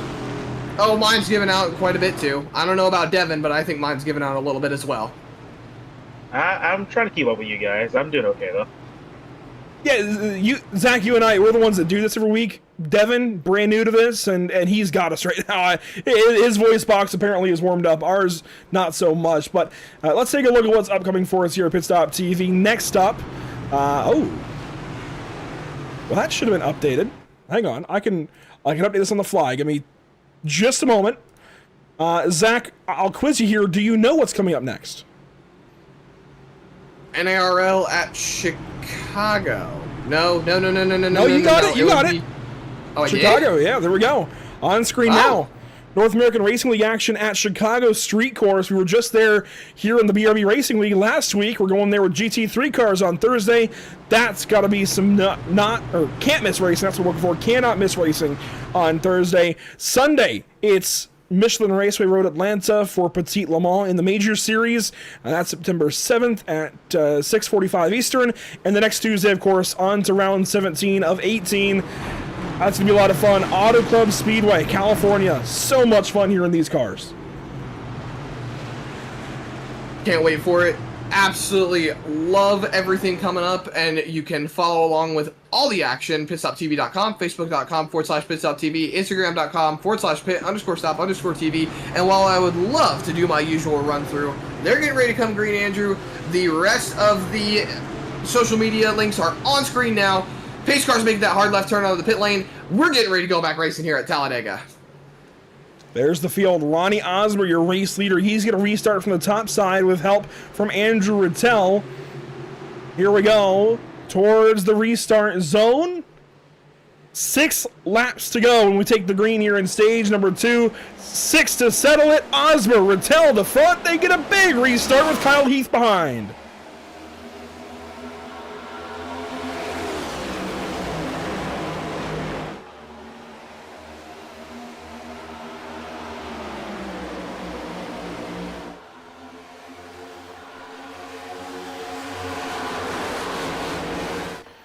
Down the back straightaway here, that bottom line got choked up on the restart. The top line, though, lacking numbers. Here comes Brandvold, here comes Stallings. They get a run. So the team game at the front that worked out for Southern Excitement Racing and Racers for Christ. But here comes Maverick Motorsports with Spirit Racing.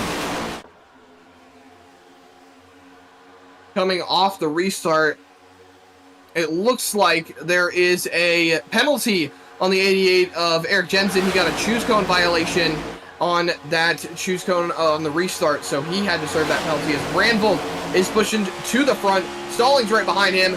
They're moving forward. It's the top 3 cars right now, Devin. They are all chase drivers. Stock Caro, he's in the mix, though. This is really great to see out of the 62. He's not usually having great runs throughout the season, but it looks like he is making up for it here today at Talladega. If there's any time to be the superhero and be Superman, this is now the time. We got to move for second place. Coming off the bottom, that 15 car is making the move, taking for the race lead potentially. Coming down to the end of this stage, it's going to be down to the wire, side drafting each and every car, trying to make as much hay as he can coming down to the start-finish line. Coming around to 4 to go in stage number 2. Brandvold leads, then Stallings, then Osmer. Your top 3 in the standings are a little mixed around, but they are your top 3 on the racetrack. Here they go off into turn number 1. Osmer looks up, Stallings tries to block. Here we go, Zach. Barnes goes quickest on the racetrack at the moment, but that could all change in an instant here at Talladega. Whoever has the draft is who's setting the fast laps as Osmer. Now, looking to see where he could potentially make a move. He's lost a little bit of ground to Stallings, but this is okay. You can back up a little bit, set your run up, and set your mark to get a good run and look in the rearview mirror. Steven Vorbel, he's getting a push on the outside line from Brendan Maddox. He's moving up closer to the front of the line, trying to utilize that top line, see what he can't do to make it work. But Osmer's taking advantage. He's moving around. Here we come to the start-finish line, and we have people scrambling everywhere. Pick whatever line you can to make the move and hope it sticks. Here comes Osmer for the race lead, taking that lap there on the start-finish line, going to 1 and 2. Is a scramble for all the spots, all the stage points coming to the end of this stage number 2. Heath there in the middle. Borbell falls back. Stockera there in the middle as well. Heath now moves up. Brandvold drops down low. Problems for the 55 car. He's way out of line. He's trying to find a way back up. He's going from the front to the back. 0 to 0 for the 55 car. falls right in front of the number 1 car of Braden Van Wingerden. Oh, watch and that. now the racing is close. You saw it right there, Andrew. You called it out. Brendan Maddox and Stephen Borbell getting close. Osmer Don't push the pusher. goes up to block. Yes, thank you, Devin. Don't push the pusher as Osmer blocks that top line. Heath ran right into the back of him. Borbell was still laying into the bumper as well. Maddox looking on the back bumper. They're both moving up top. It's a 2-car tango up on the top line trying to defeat the other 2-car tango that's in the middle line. It doesn't matter where you sit this point in the race. Everyone's going for every stage point coming to the last 2 laps here. Where your friends are where you can find them. And it's going to get really hectic coming out of turn number 2. And Osmer's just playing all the lanes right now. Osmer trying to play Pied Piper, everybody bumping and jostling around over the bumps, bumping each other out of the way. It's Osmer and Heath up top, Rattel down low, Stallings moving around, he moves up, Heath gonna run up to the wall, Stallings goes low, Heath saves it, what a catch! That was so close, almost getting right rear hooked into the wall, almost getting left rear hooked into the field.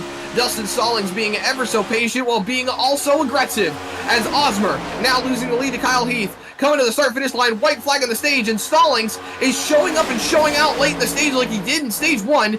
Will he be able to take the stage win this time? He jumps down to the bottom line. He leaves Brendan Maddox to hang and dry in that middle line as Heath is drastically dropping down the running order. He's all by himself. No help on the top line. He's not going to get any stage points here. Johnny Wood Jr. moves into the top 10. Double yellow. And look at Ronnie Osmer. That needs to be looked at. That was 2 wheels below the double yellow. Osmer went too low. He's now going to run the double low up the racetrack a little bit. I mean, these guys are just hardcore racing. Rattel pushing Osmer. Maddox pushing Stallings. Going to be a drag race to the start-finish line. Here we go. Look at Rattel. He gets no Another, help. Camper moves to the middle. They're 4 wide. another stage win this season for Dustin Stallings. A crash across the line. Stallings gets it done and expands his points lead. There's the caution. Dustin Stallings, stage 2 winner.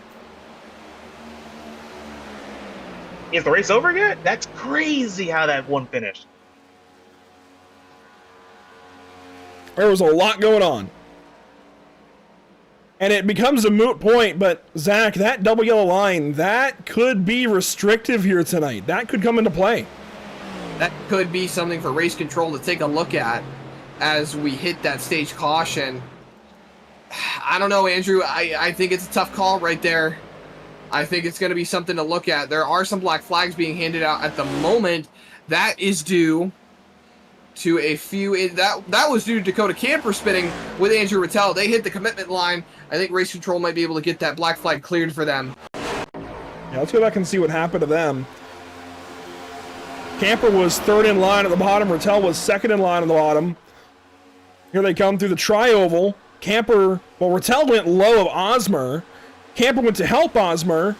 And then I think Camper tries to come down on his teammate Rattel, and yeah, they come across each other and right down through the pit lane exit. They fall back to the back of the field.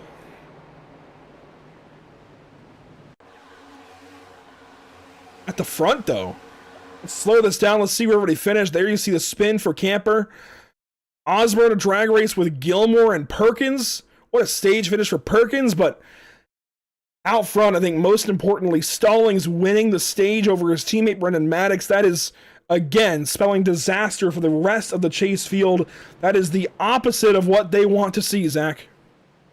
That it is, and I think one notable thing to look at is not a lot of drivers got stage points out of that. The ones that needed it definitely did, but otherwise, just an abysmal stage for a lot of these drivers. That's the trouble, right? When you get down to the NASCAR playoffs, the BRB chase, anything like it, right? Everybody's going for the same positions on the racetrack. So everybody's going for spots, whether you're in the chase or not. So you could be in the chase and trying to fight 3 or 4 guys that are out of the chase, lined up, racing against you. I mean, that's just the nature of this kind of racing. It makes it more difficult for sure, adds an element to the danger, the chaos, the competition in general. Makes it a lot of fun for us, but man, it's a pain in these guys' sides sometimes. Yeah, that's what makes playoffs and racing so much fun. Because unlike other sports where like teams get eliminated and then you don't show up anymore, everyone's still here. So you have to race with people that you're good with, people you're bad against, and then try to fight these guys for points that you desperately need for the person who's above you, the fact that there's the people behind you. There you see the race off pit lane. It'll be Johnny Wood Jr. out first. Actually, it's Caden Perkins out first. He wins the race off pit lane. It looks like fuel only for the 19 car, so he will assume the race lead. There you see him behind his teammate Gray Walker. But a lead change here under caution. Caden Perkins going to lead under yellow. Let's go ahead and go up and grab Dustin Stallings, though, our Stage 2 winner, and talk to him. It's been a little bit since we spoke to him. I think he might have talked to him once at Chicago, maybe not, but I will bring in Stage 2 winner Dustin Stallings. That's everything everybody other than you did not want to see, Dustin. You getting stage points in Stages 1 and 2 is what you wanted to see, of course, because you're one step closer to clinching this championship. I mean, is that on your mind right now, or is it just go out and get what you can?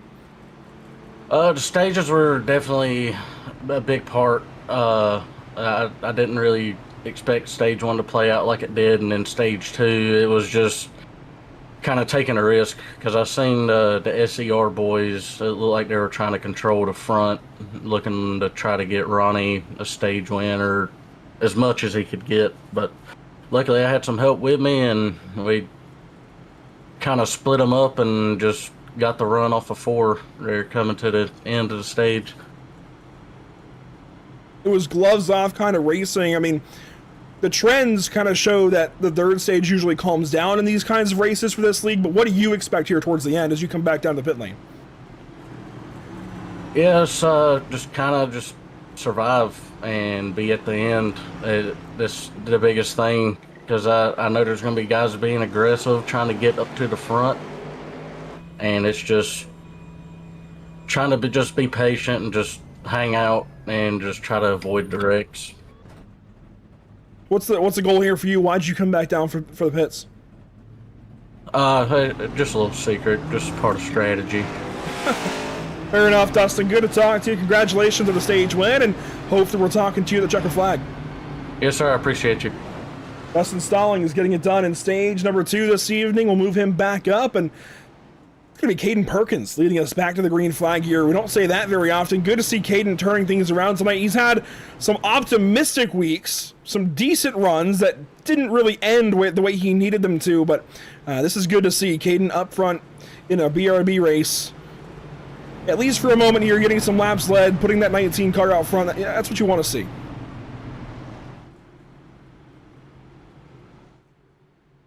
You know, something we've not talked about yet, guys, is actually the Cody Williams design weather conditions. Here's a look at it. I know it doesn't matter a terrible amount here at Talladega, right? It's you know, gas wide open, turn left, pretty much, right? But the heat can actually wear these tires out quicker, can make it so these guys slip around a little more, and when they make those big moves top to bottom, bottom to top, it can actually make them lose control easier. So usually they prefer cooler conditions, a little more grip, makes a little more power in the engines. Here we're kind of in between. Partly cloudy skies, 74-degree ambient temperature, 87-degree track temp, humidity sitting at 74%, nothing crazy, and the winds are nice and calm. So it's not necessarily prime racing conditions, but pretty close to it. 74 degrees in Alabama in September. That's a cool day. Honestly, it is pretty cool. But what's also pretty cool is seeing these guys go back to green flag racing. Pace cars off. They're heading into the tri-oval, Andrew, and it's time to turn them loose for stage 3, the final stage here in this event at Talladega. Let's turn them loose, ladies and gentlemen, back into the restart zone, and green flag is back out here at Talladega. Racing has resumed.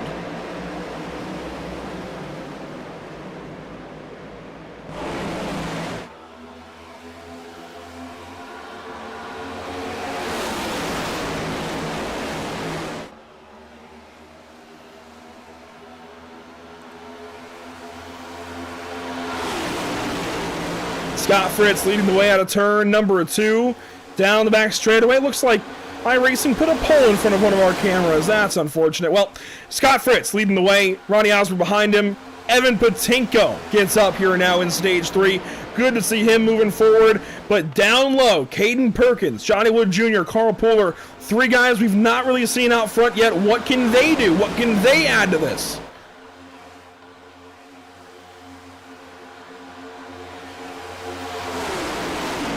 Tri-oval they go, and it looked like for a second there that they might get 3 wide for that race lead, but it looks like Ronnie Osmer is going to stick to that back bumper of the 48 of Scott Fritz as they work on that high side.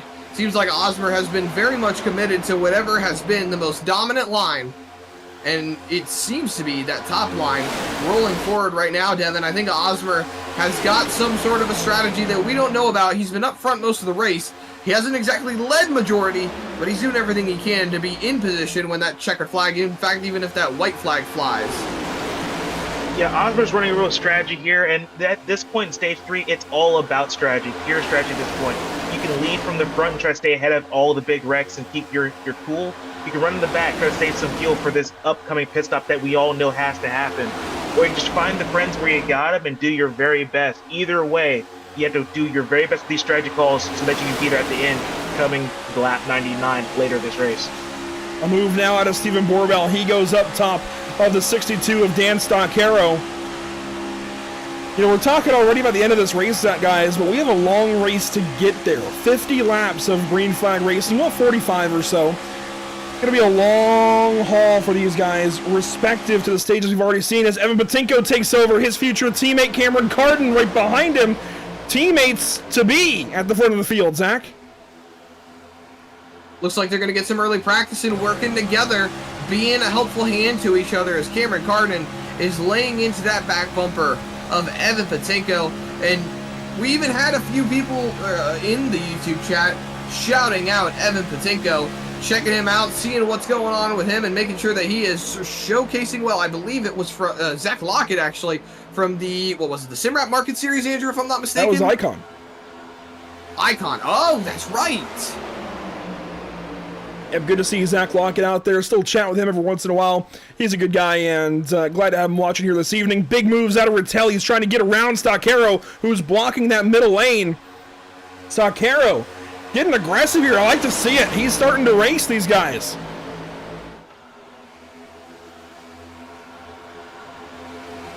Three wide with Josh Parent in the middle. Christian Barnes up top. Johnny Wood Jr. down low. And here comes Barnesy on the top side of the racetrack. Christian Barnes was in that wreck a little while ago on the backstretch. Here he comes now, the top end of the racetrack. And there goes Patinko, from down low Patinko to up top Patinko. Yeah, Stoccaro dropping down to the bottom line.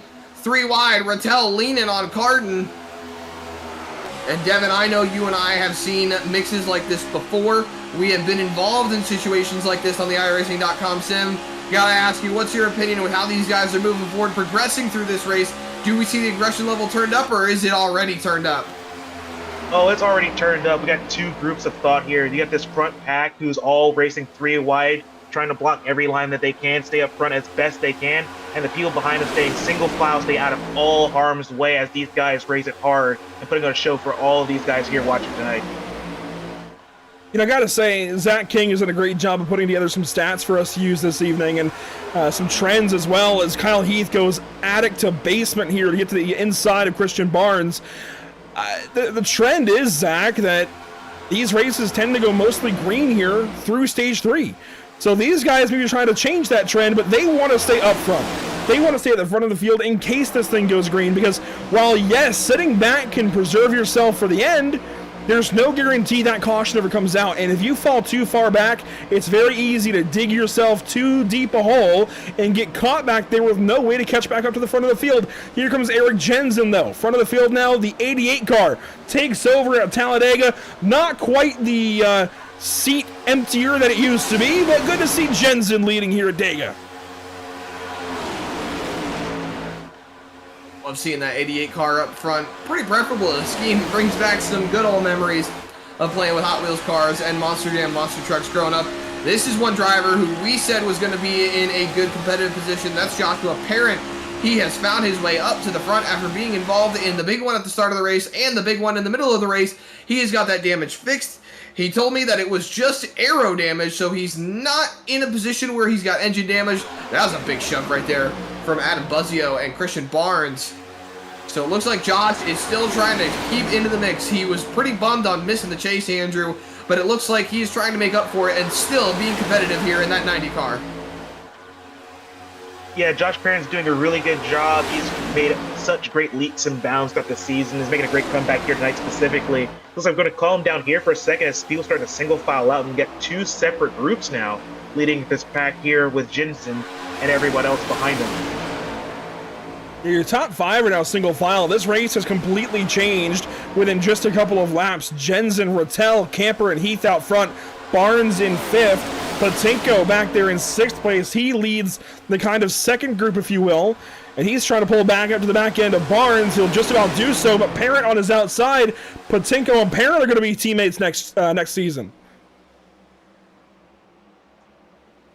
Here comes Buzzio. He's got Borbell. That top lane starting to move.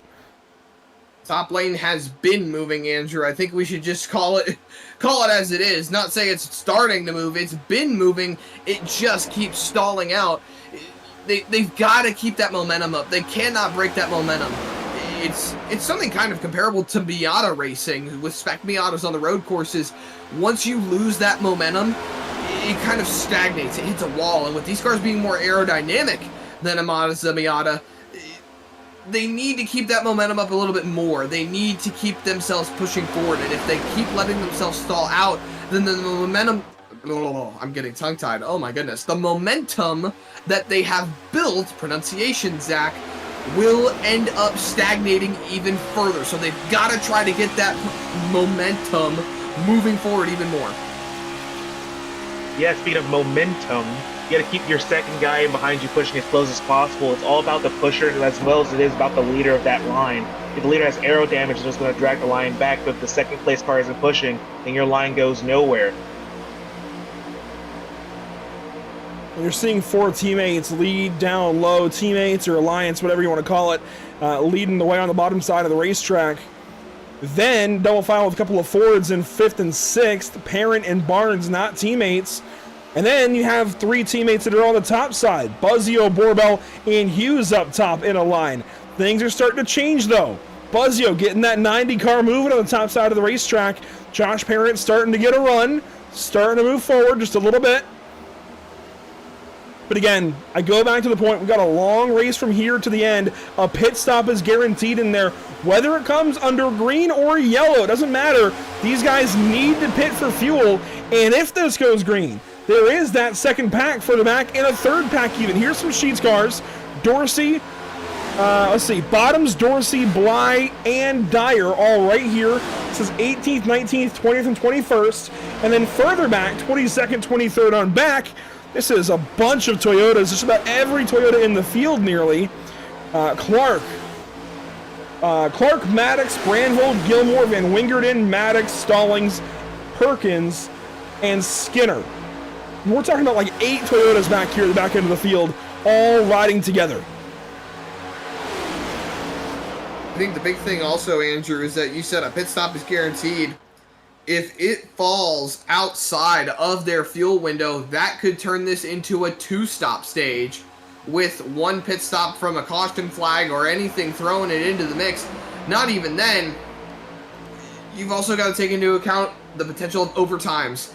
If something were to fall into a late race caution, that could set us up for overtime. If these guys have enough fuel to push it to the end, they're going to try to do that. Fuel window is looking around 33 laps, so we are about just 1 lap away from being in that fuel window, but you don't want to pit right on that fuel window.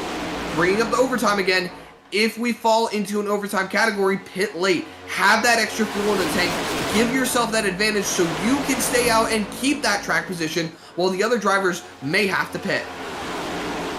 It's not just that, but look at some of these guys in the middle of this front pack here. They're not going full throttle away. Some of these guys are partially lifting and being able to keep with the pack due to all this aerodynamic advantage. So some of these guys might have an even better fuel window than we think and might be able to leapfrog some of these guys by needing less fuel for fuel stopping sooner or later. Something we've not yet mentioned this evening is Lucky Performance, Lucky Break of the Day. I'm going to give mine, Zach, to the 27 of Christian Barnes. Of course, he was involved in that crash a little while ago on the back straightaway when he kind of ran in the right rear of Zachary Maddox, but frankly, he's got himself back in the race. Has been up front now the last handful of laps. The car looks okay. I'm going to say he's lucky that it was all glancing blows in that crash, Zach, because he's still in it and ready to win it if he gets up to the right spot. don't even know if I could consider it a lucky performance, lucky break of the day, but I would like to at least give Jared Hughes a shout out. He got involved in that incident with Joshua Parent and Christian Barnes and Zachary Maddox. He got some good front end damage after tagging the wall, and he's still out here. He's still running. He's doing a great job. Same thing for Joshua Parent. He got some heavy damage. He's still running. Look at even Carl Pooler. He's out there doing a really good job trying to keep that car in good contention. There are a lot of guys out here that I feel like have some solid nominations for Lucky Performance, Lucky Break of the Day. But hey, if we don't get them in the Lucky Performance, Lucky Break of the Day, we can always get them in our NARL Driver of the Day vote. I'd have to double down on the whole Josh Parrott thing. Like, it's hard to take front end damage at a track like Talladega or Daytona, even Atlanta now, and he's leading the line on this top half and keeping up with all these guys. Like, you would think that like front end damage would end his day, but he's still out here. He has a good chance to win, but we still have a pit stop to go. So we'll see what happens there.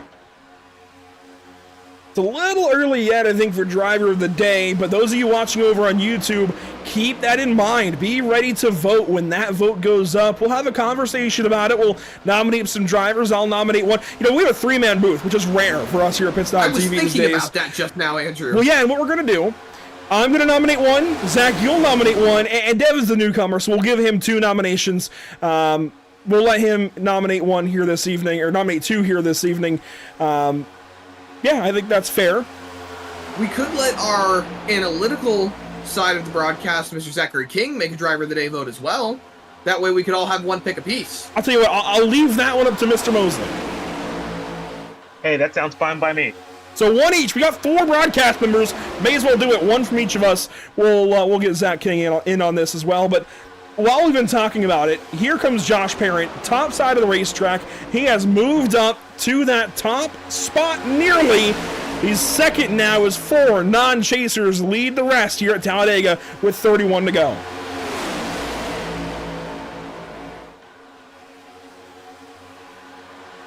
What can you do in 31 laps?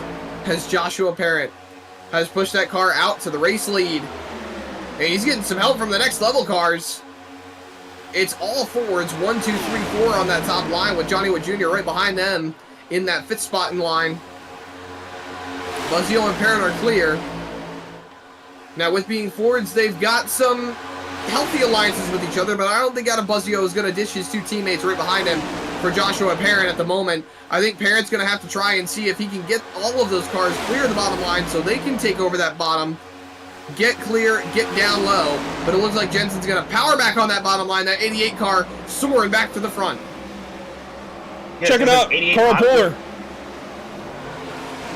He just had a big moment. We'll get a replay of it. Something just happened to the 71 car into turn 1. Let's see what happened here from high above. Racing with Johnny Wood Jr. and Richard Wolfsfor, his 2 teammates. They just got staggered, and Richard got his left rear and sent him through the grass. Oh, what a catch, Carl. You know what? There it is. New lucky break of the day. Carl Pooler saving it through the grass like that. That was good.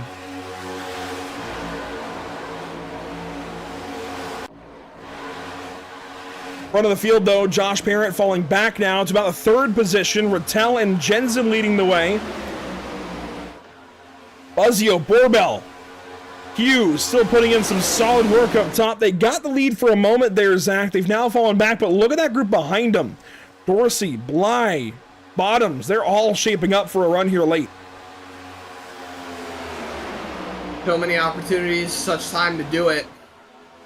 You don't want to go ahead and make it too soon. It's almost a kiss of death.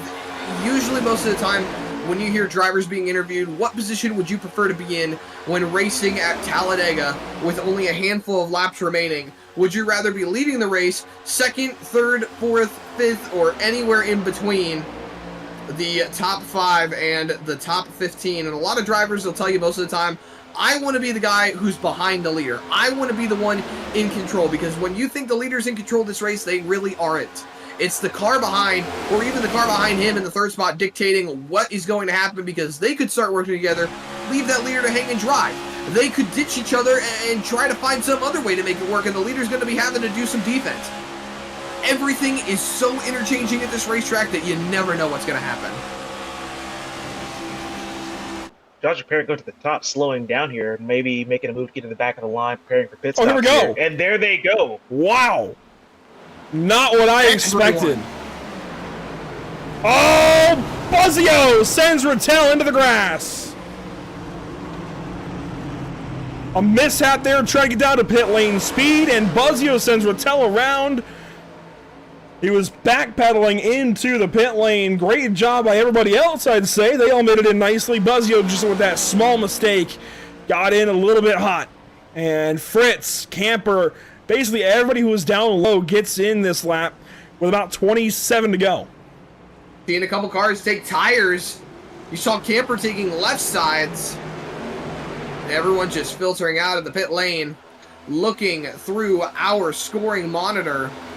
No pit road speeding penalties, no penalties at the moment. Here we go. Here comes the rest of the field. Everybody else coming in. Borbell, Cardin, Hughes, Patinko, Parent, of course, leads them in. Parent with a great run into the pit lane. That was some stellar braking. Borbell as well. I mean, they lead this lane. Everybody has now pitted just about, so this is going to bring that group right back to them. Looks like Carl Puller will stay out on his own. He's got Braxton Skinner. I think they're waiting in case they get a caution. Here's the race off. So if you're Puller Skinner, you have nothing to lose. Like, you're not in the chase, so might as well go for the win. See if you can't stretch out the field, take as long as it'll go, catch a caution, be lucky, and just leapfrog everybody. It'd be an amazing story to talk Here about. comes the other line right on through. Wolfsburg going to lead on by. I don't know how that just happened. Parent's going to get swallowed up.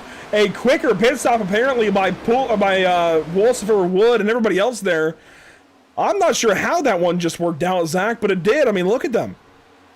Yeah, they've got a pretty decent spread right now, and it looks like they're going to have to get single file to catch that lead group.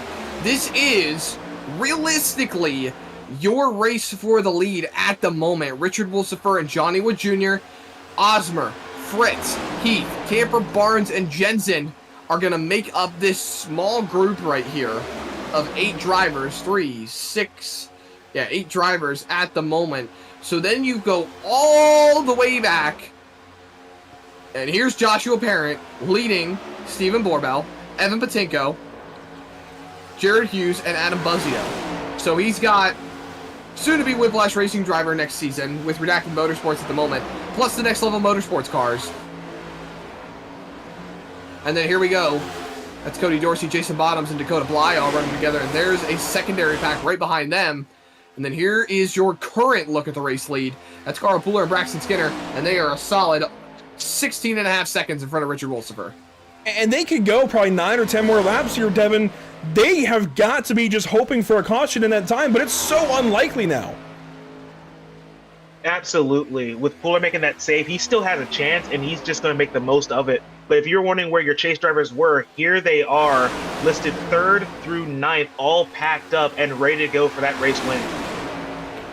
So Richard Wolsifer leading the way as far as what will be the lead once this cycles out. I'm going to assume that Puller and Braxton Skinner will probably go as long as they possibly can. They're going to stay out, try to get a caution here. They've got a 14-second lead. You may as well. You've made your bed. Go ahead and lie in it and hope for the best. I just don't see a caution coming out now unless that second group gets up here and they get racy.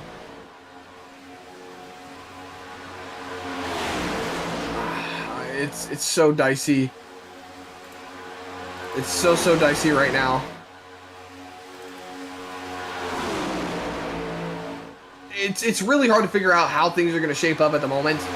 I think these guys all just need to hunker down and just figure out where they want to go and how fast they want to move forward. If you're Wolsifer, Wood, Ossimer, Fritz, you guys are pretty much set. You're golden. You know you have the top 4, top 5 locked down. That second pack isn't even remotely close to you at the moment. There's still a long race to go, but you aren't really worried about them. So why push too hard? Don't make this any harder than it needs to be. Stay single file lined up until it's ready to go. It's that second group who's in push mode right now because the laps might still be available, but they soon won't be their friend. There is that second group. They work out of turn 4 now with 5 cars to their group, 8 cars out front, and there's those 2 leaders at the stripe there into turn 1 now. there is what will essentially be the lead group. They've got a healthy gap. I mean, 2.5 seconds or so between Jensen and Parent. So 3 seconds or so between Wolsifer and Parent. That's a healthy gap at the moment. The thing to consider, though, Zach, is going to be team alliances, right? You've got Wolsifer and Wood on their own here. Fritz might help them only because the 2 cars behind Fritz and the 1 car ahead of Fritz are all going to work together. We know that. Osmer, Heath, Camper, teammates. They're going to work together. And I would not be surprised if we see Osmer make a move up to bring Heath and Camper up along with him. And Jensen will go with him for sure.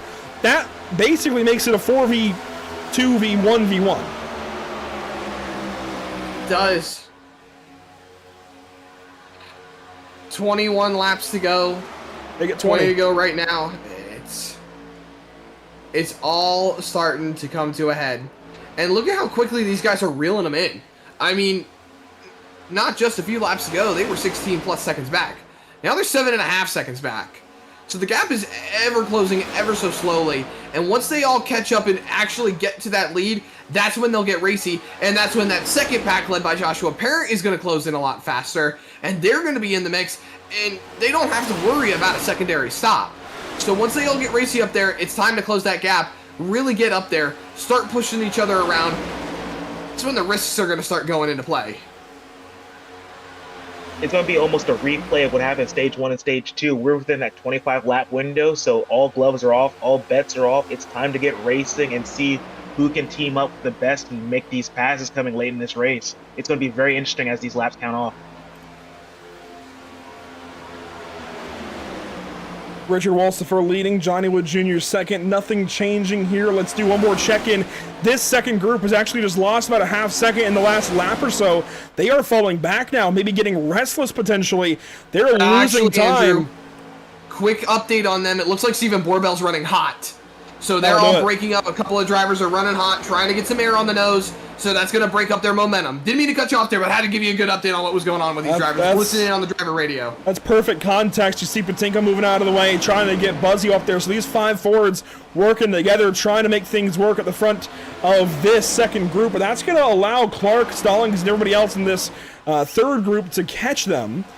So we are going to have a very different race in our hands very soon as things are changing. Not changing here, but let's go ahead and do it. Let's go ahead and do Driver of the Day. We've got 4 drivers to nominate. Each one of our broadcast members tonight is going to get to nominate 1 driver. We've got 4 broadcast members, including, and I'll move them in here, including Zachary King. I'm going to let Zach go first, and then... Which Zach? You got a good point. I'm going to let you go first, Zachary Murtis, because I'm going to put you on the spot, because you do this every week. I'll go second, we'll let Devin go third, and then Zach King will go fourth. So, Zach Murtis, go ahead and lead us in. As for my first pick, I only get 1 pick, so I got to make it a good pick. I think for my driver of the day, I'm going to have to take a solid pick, and I'm going to go with Ronnie Osmer to take on my driver of the day pick. He has done an absolutely solid job to keep that number 15 Napa Auto Parts Chevrolet up at the front of the racetrack. It doesn't matter where he's running, whether it be leading the pack or pushing someone or pushing the pusher, really. He has been absolutely on rails and kept his car clean. He's got to be my nomination for driver of the day. Which means I got to go next, as you see Andrew Rattel go a lap down. I'm going to give it as, there's Pooler and Skinner being passed up. Hang on, let's get this for a second. Pooler and Skinner get passed up. This is going to break up this lead group, which might allow Parent and them to catch up, but they have lost another second. Osmer trying to get down in front of Fritz. And you know what? That's who I'm going to go with, is Scott Fritz, because he has been needing a run like this. He keeps having good days, and something keeps happening. Well, finally, Scott Fritz is in position here inside of 20 to go. He has got a chance to go for that first BRB win finally as those teammates get in line behind him. I'm going to choose Mr. Heath here today. Great points day, winning the stage, doing everything that he needs to do. Make sure that he can lock up a championship and get closer and all these points going on. And then he's sitting here with a good chance to win this race. He's sitting 6th with plenty of laps to go. He has teammates around him. I wouldn't be too worried if I was in his shoes. Oh my god, you guys made it really hard. Wow. A lot of good guys today. You know what? Oh, I can't go Carl. He just took, yeah, he's on the wrong strategy. Let's go Joshua Parent. He's done a really good job today with that second pack, leading the outside line earlier on. And I really like when he works with, when you work with next level, which is Steven, Jared, and Adam, you always have a shot here to win at Talladega. So I'm going to go with Joshua Parent as my pick to win driver of the day. Solid choice there, and thank you, Zach King, for joining us there for the moment. We'll catch you back at the post-race show in just a little bit, but there's your 4 options. Those are your 4 drivers to vote for driver of the day here today, brought to you by the North American Racing League. 15 to go when we get back to the stripe. Anything can still happen. I think those are some pretty solid choices. Now, there is one glaring omission. 2, I'd say. Those are the 2 Limitless drivers leading the field right now, Wilsifer and Wood. Johnny Wood, he's just been quiet all day. He would have been a great pick, but this isn't his style of racetrack so much as an intermediate where he's really good, and we expect him to be up front and contend to win. Wilsifer, I want to take him, Zach. I almost did, because he did have that crash a little while ago where he blocked up the racetrack into, I forget who I was thinking, Jason Bottoms, and kind of turned himself around. But seeing as that was self-inflicted, that's the reason I did not go with it. But I do want to give him recognition because he has put his race back together, even after a quick mistake there early in the race. 15 to go, leading here at Talladega. This could be big for him and his team.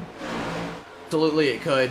And I know Wilsifer has been in a position where he really just kind of wants to break that hot streak he's had of bad luck. He had a lot of bad luck in the last season. He's had a little bit of bad luck going into this season as well. Sat on the pole at Rockingham, spun turn 4, lap number 1. Didn't really have the chance to get up there and show the speed that he had in that number 56 car. So I think any good run that he's been having lately is something that he just wants to keep on capitalizing on. This is going to be a career-defining moment for this 56 car. He has been on rails since that incident. Now he's just trying to make sure that he can keep it rolling. With each lap car they pass, it breaks up this line. It just drags them closer to the second group. Josh Parent is hoping for more and more time to get closer and closer and make this an even bigger race. As these guys are getting a little antsy, he has only but so much time left, and with cars overheating, you only push so hard before you can't push anymore. These guys now have numbers, though. They are starting to slowly reel that lead group in.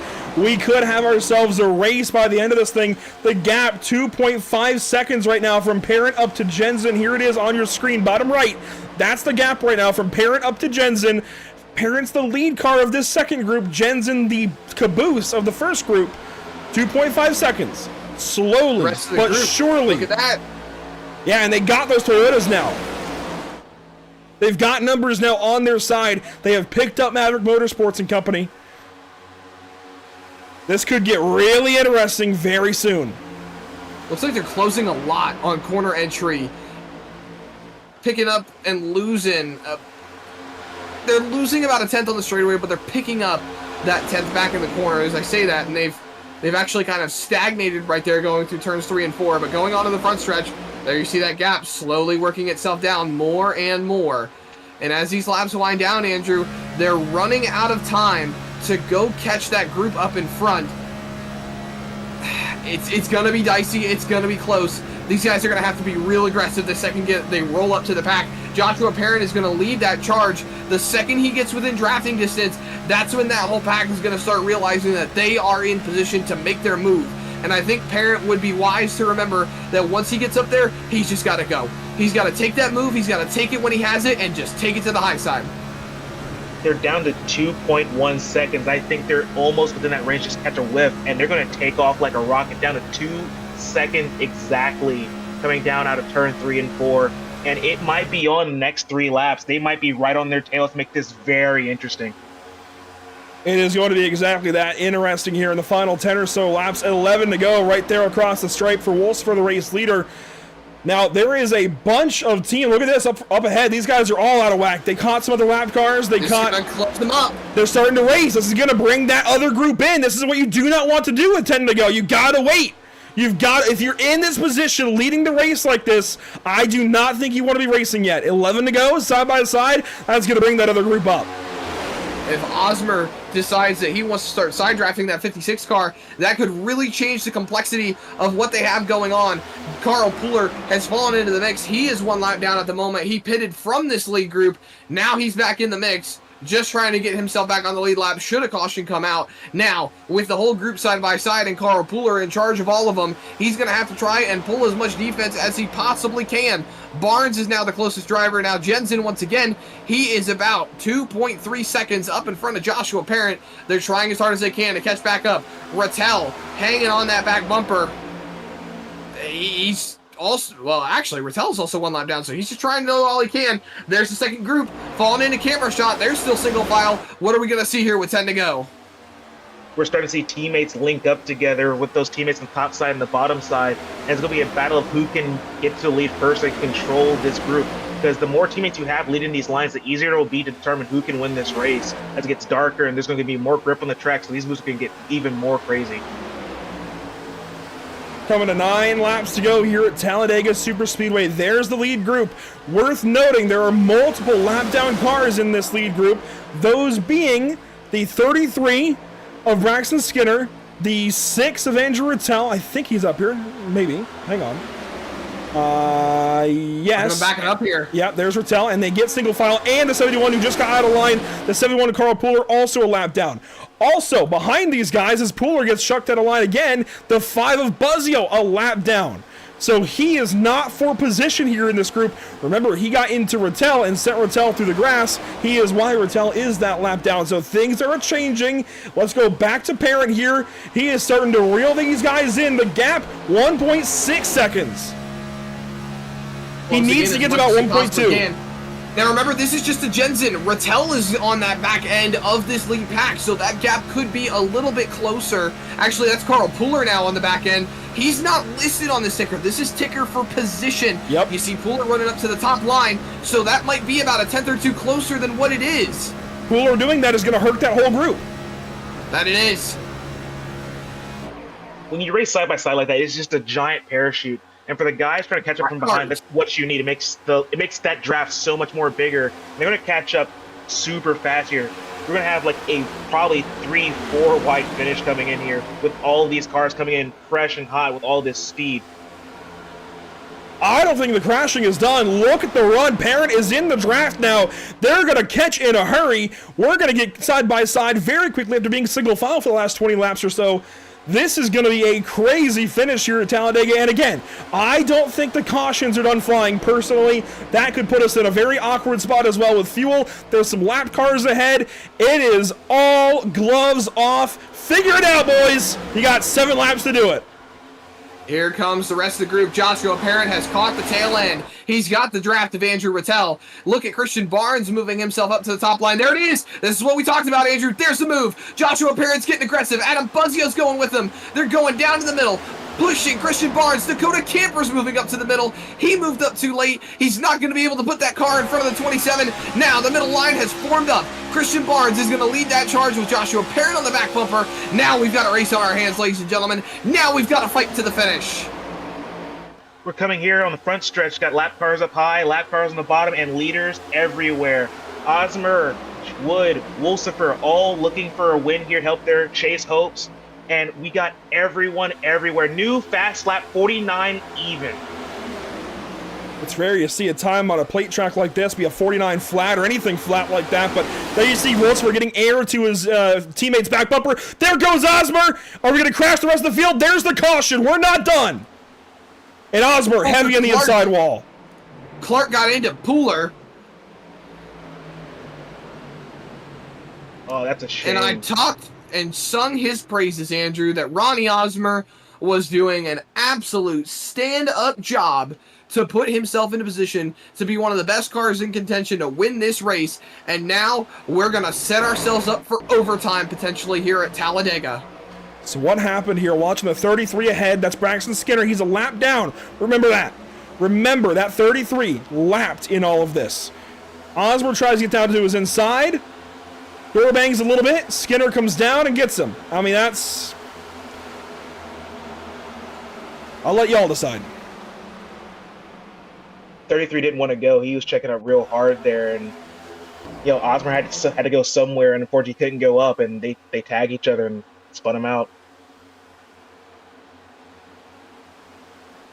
I think Pooler I think Ronnie Osmer somewhat shot himself in the foot. Great job. Did everything he needed to do by locking the race car down.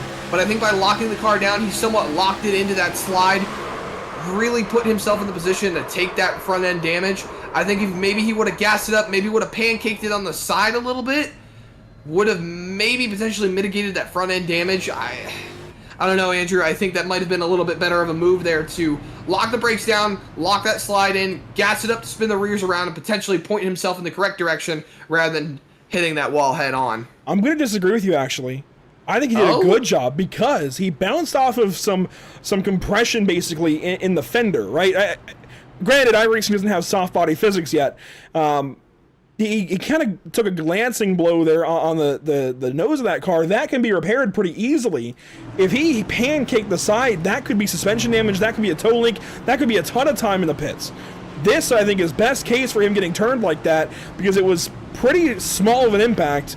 I'm curious what Devin's going to think, but a pretty small impact. I don't think he's going to have engine damage. I think he fixes that cosmetic, gets back out there. He can at least push somebody to the win. Yeah, my point exactly. It looks like purely cosmetic. He can probably totally get some speed, get lucky, and then sneak his way to a victory. Just all you have to do is put your nose out there, right? You don't need to have the whole car across. You need to get your nose get across. So it's better than having a toe link break and that being the rest of your day done. Like, there's not many laps left, so he doesn't have much time. So if he can get himself fixed out there, back going, and just stay in the draft, he might still have a shot.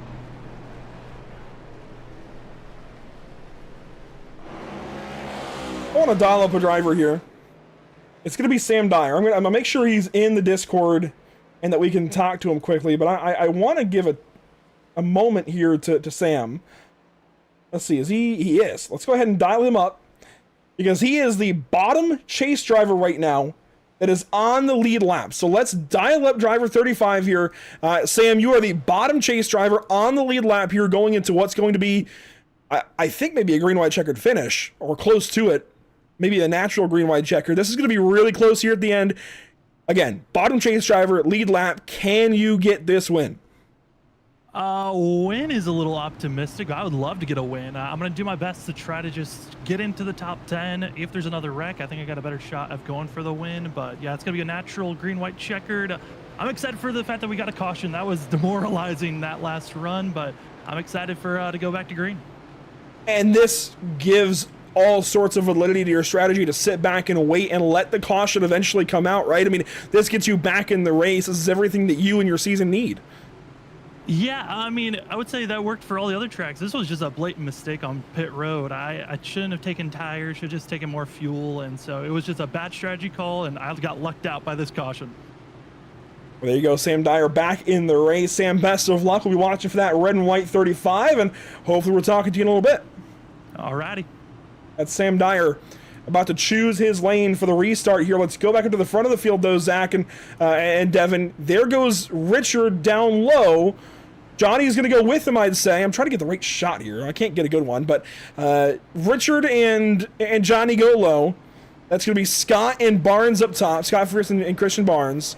Josh Parent, I think, just chose the bottom. Evan Patinko, his teammate-to-be, goes up top. This is going to be an interesting restart.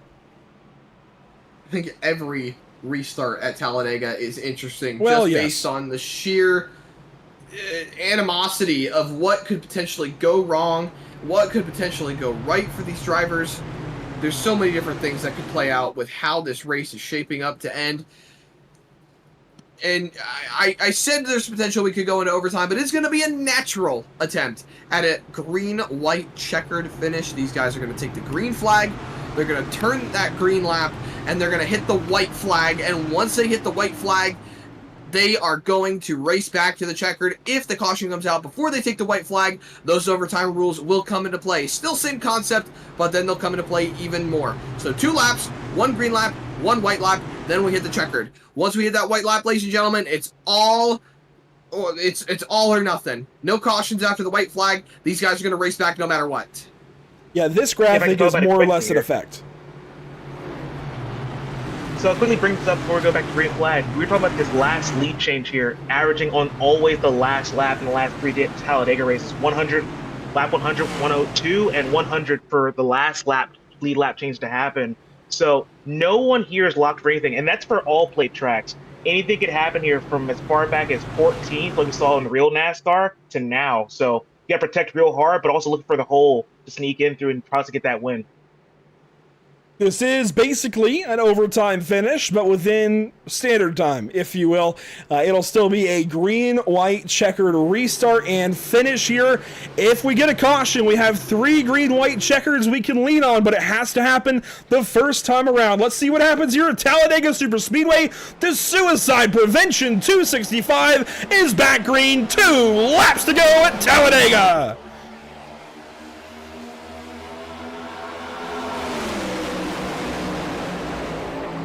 Up front, Zach, you see the lines already starting to work. The draft already starting to kick in. These guys are getting runs, giving shoves?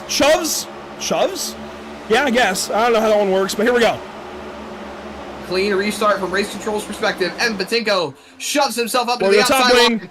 The top line is forming. The sucker hole is forming as well. Fritz going backwards. Wolsifer going forwards. The bottom line moves and prevails. Johnny Wood Jr. is going to push that 56 car. The Limitless car is doing some work as Joshua Parrott clears that middle line. 3 cars, single file out in front. Jensen looking to make it 4 cars, single file. And now, here they come. Back to the start-finish line, Andrew. It looks like we're going to do it. We're going to make it. It's going to be the white flag in the air, presented by Whiplash Simcams. They're 3-4 wide behind, but it's all single file up front. Normally we'd say don't push the pusher, but now is the time, if there's any time at all. Joshua Parrott sitting there in 3rd looking for a push to get a 2nd run here for this top position. We have people all over side, 3 wide, some of them looking 4 wide here on the backstretch for this final time around this track. Everybody's blood pressure is spiking. Here we go. Also for a big block to Parrott. They're going to try to steamroll the top side. Parrott now drops low. Wolfsburg blocks. It's going to be a hook at the front of the field. There goes Stallings. There goes the entire field at Talladega. Coulter Clark is going to get through. It's going to be a race back to the line for Coulter Clark. The pit stop TV 54 is going to take a walk-off run at the end at Talladega. Unbelievable, unprecedented, unimaginable. Coulter Clark wins at Talladega. Everybody's thinking it, so I'm going to say it. This is 2012 Talladega in the NASCAR Cup Series. Literally. This is the most comparable situation to this. Coulter Clark has pulled out the unimaginable victory. These guys are still finishing. Yes, they are. Look at that. Dakota Bly ends up 3rd. Ronnie Osmer ends up 4th after wrecking. Adam Buzzio ends up 5th. Stephen Borbell 6th. Maddox 7th. Patinko 8th. What did we just witness? The only thing I know. To a heartbreaker, man. Like there's had to be several emotions for all of these drivers. Some of them seeing daylight close on them, and you got Coulter Clark just getting a miracle of a lifetime, the seas parting for him. The only thing I know is who the race winner is. It's that 54 of Coulter Clark. He finally gets himself one. We'll get a replay. I promise we're not going to short anybody. We're going to get a replay. But first, I got to find where that 54 car is in Discord. Hang on. I'm looking. I'm scouring the Discord for him. Zach, do you see him? I'm very much looking. I don't see them, so I guess we can't dial them up just yet. We'll wait, but what a win. I want that raw motion, but that's okay. You see it playing out with the burnout here on the front stretch. Oh my gosh. All it takes is that final lap, and that's what it was for Coulter Clark. We will get a replay here in a second, but unbelievable. Imagine going from lap number 1, getting involved in the big one, absolutely losing every single ounce of thought that you had about winning this race, to just staying in it, being in contention, and then when it all turned loose on the white flag lap, it was Coulter Clark in position to take advantage, just as Matt Kenseth did in 2012, to take home that race-winning position in the fall, we'll call it the fall race, summer-fall race at Talladega, for the BRB Buttkicker Cup Series. Oh my goodness. You know what, Andrew? I'm going to say it. I know Devin's going to get the reference. Have you ever? No, I've never. You see the celebration on the front straightaway here by everybody over at Accelerate. This is what elation looks like in the form of 4 drivers that are all teammates. It's a whole bunch of smoke on the front straightaway at Talladega Superspeedway. Coulter Clark gets it done here at Talladega. But we have got to go see what just happened on the final lap here at Talladega. Bear with me just a moment. I'm trying to find the right spot. It's going to be a minute. As much as everybody hates the yellow line rule, it's the yellow line rule that makes events like this happen. Without that rule, without that curb, none of this excitement happens. Here we go. This is the final lap at Talladega Superspeedway, BRB style. My blood pressure's starting to cool back down. I'm starting to relax. That was intense. So into the last lap, he's what, 5th, 6th? I want to know what his lowest was, though, in this race. That's going to be as low as 29th. Came back to win it with one lap left at the end. Let's see what happens down here in 3 and 4. Of course, we saw it live with Parent and Wolcifer. Parent tried to go low. Wolcifer blocked him down, and wow. Huge accident. That was literally everyone but 2 cars caught up in that. Watch the 90 down here. He gets a run, goes low, and Wolcifer just was not completely clear. I mean, that's the last lap. You can't expect a guy to lift on your back bumper. I don't know. That's Talladega racing. Dustin Stallings went to the moon. Oh my goodness, did Sam Dyer make it through that? Because he absolutely, he looked like he was absolutely managing a sheer fury of getting through that. It looks like he did not, as it looks like he finished behind Joshua Parent, but it looked like for a second there that he was going to be able to have it. Watch this. Dustin Stallings ends up going off the nose of eventual race winner Coulter Clark, and this man took the wildest ride of anybody here tonight. Could we call the race-winning move the lucky performance, lucky break of the day? Oh, for sure. Absolutely. The wrecking did not stop for a while. Well, you know what it is. I don't mean anything bad by this. There's a bunch of guys who don't have to pay for the race car at Talladega, all with a chance to win, not lifting. And that's the glory of sim racing. Watch it from this angle. We'll slow it down. I mean, massive hit for Stallings. That is huge. That would be a very scary situation in a real car. I'm glad these are virtual. Carden even going up in the air. Gilmore with a big hit. You almost can't see half these people in there with all the tire smoke because it's everyone. This is a massive crash.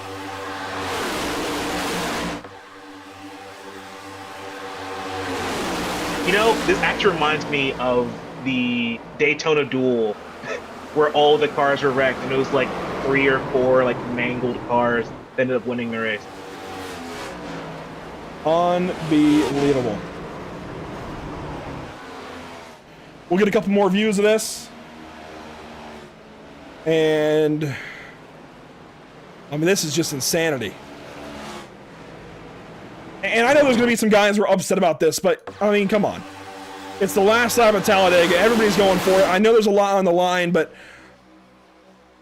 once somebody gets turned at the front of the field like this, I mean, this is what's going to happen.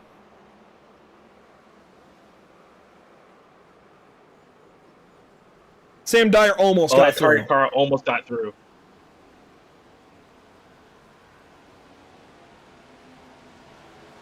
Well, what a way to end a race. One onboard I do want to look at is going to be a driver we end up talking to here today. That's going to be the 25 of Dakota Bly. He's behind all of this. Watch this. This is going to be something.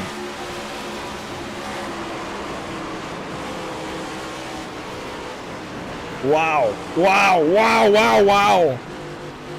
He said, "Why the sheet's not?" and held the hammer down and got through. Yes, sir. Oh my gosh. Wow. Maybe that's the move of the race. How far back was he? He was, I mean, deep, probably 20th, maybe 15th, 20th. But I want to see this 20th or onboard. third? Yeah, close to it. I want to see this onboard, though. Coulter Clark inside the car. Let's watch this.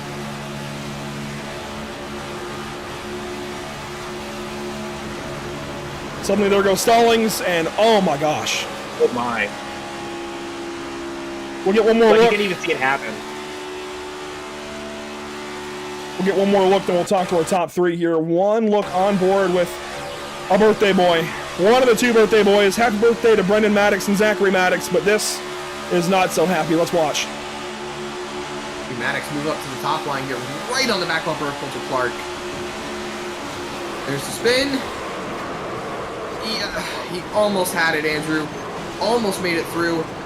Spinning and flying through the air, Dustin Stallings kept him from propelling himself to what could have been a top three finish, what could have been absolute amazing points day for him. With Stallings being involved in the wreck,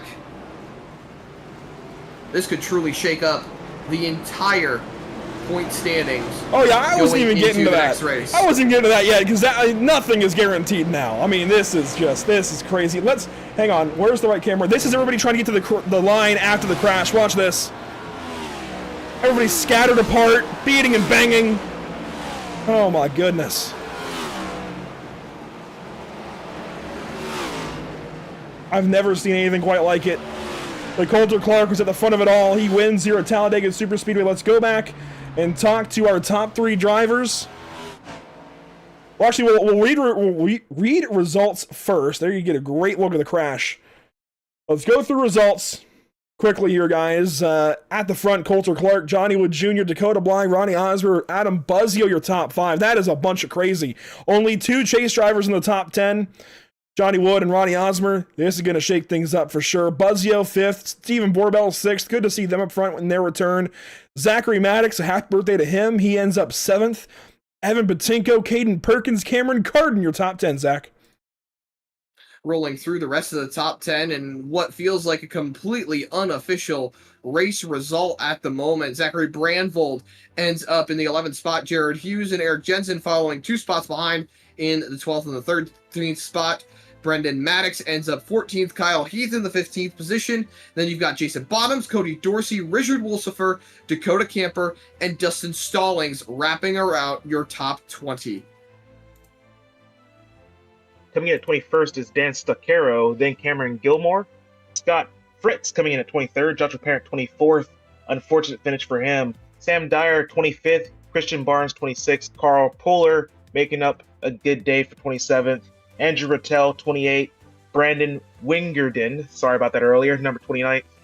And Braxton Skinner, 30th. Ray Walker, Zachary King, the last two on the graphic. Zach King, of course, suspended from today's race as part of the broadcast. And he'll be joining us for today's post-race show. So that actually is it, guys, for Zach and Devin. I appreciate you guys being here. We're trying something different, pre- and post-race show. So closing remarks from each of you, then we'll talk to our final, our top three here.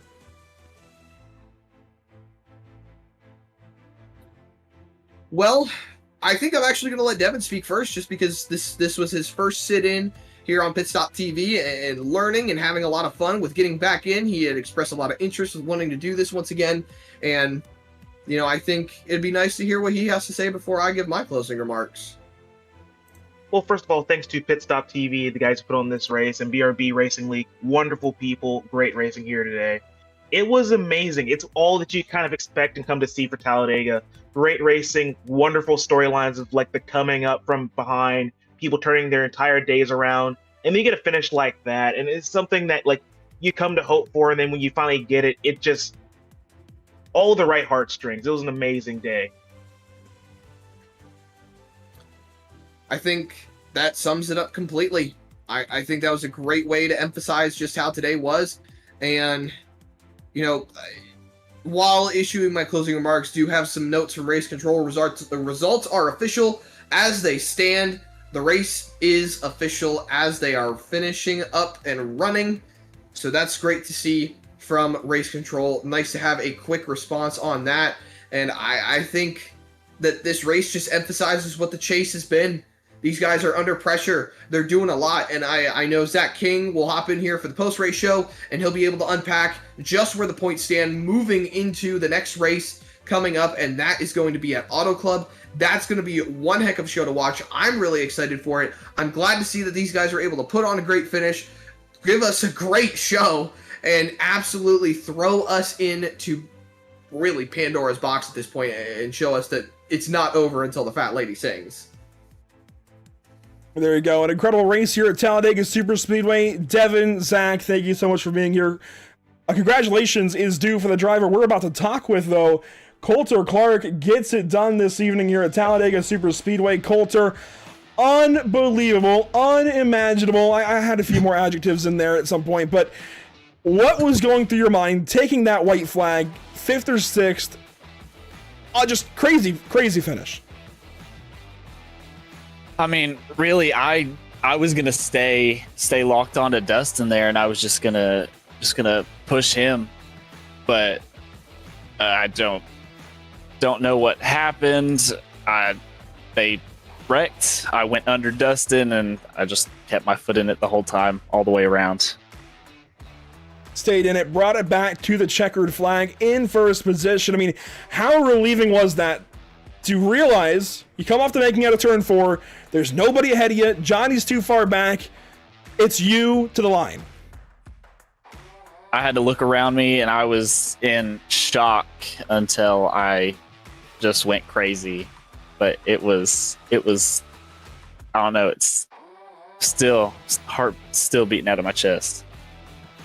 And of course, you get it done as well with a special paint scheme on the race car this evening. You've had Pit Stop TV colors, and we appreciate you for doing so on the car most of the season. But tonight, some special colors, purple and blue on there for a good cause. This is the Suicide Prevention 265 here at Talladega.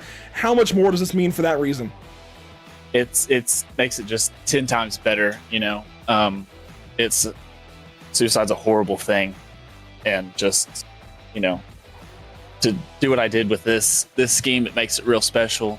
I've known a couple people that have gone down that dark path, so this one's for them. And like to say, of all the races I've done, Grandpa was here watching me, so this one's especially for him. I'm so glad he was here for that. A race win for Grandpa, and a big one here at Talladega, a non-chase win as well. Spoiling the party, Coulter. Congratulations. It's so good to talk to you after all of that.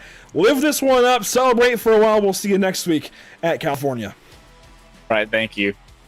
Coulter Clark gets it done here at Talladega Super Speedway. Zach King, I'm going to hand things off to you because the guy who finished second is... I don't know how he got through all that. I genuinely don't, but here he is. Dakota, wow. Like, I don't know how you did it. I don't know Dakota, how. It's Johnny. Oh, it's Johnny finished second? Yes, sir. Who finished third? That was Dakota. Oh, Dakota. Okay. Oh, sorry. Johnny. Hi, Johnny. Sorry. Damn it. I was kind of actually happy to talk to Dakota. It's all right. I'll talk to you, though. Yeah.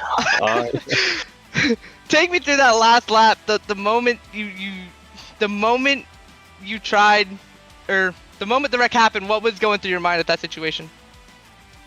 Yeah, when we were coming off of 4, I knew that they were going to have a big run and they were going to try it. They, I guess it was Joshua, they kind of backed up, getting into 1 to kind of get that run coming off of 2, and I knew they were going to do that. So I told Richard, I said, hey, if I can't stop the block, you take it. And then, one of us at least win something. Try to. And so he took the block. I got a shove from the rear from either somebody, Dakota or somebody. And I think Josh Parent still didn't want to be behind anybody. So he tried to dive it to the bottom, and they both kind of like led each other to the bottom lane. And then Richard got spun, and I pretty much couldn't lift at that point.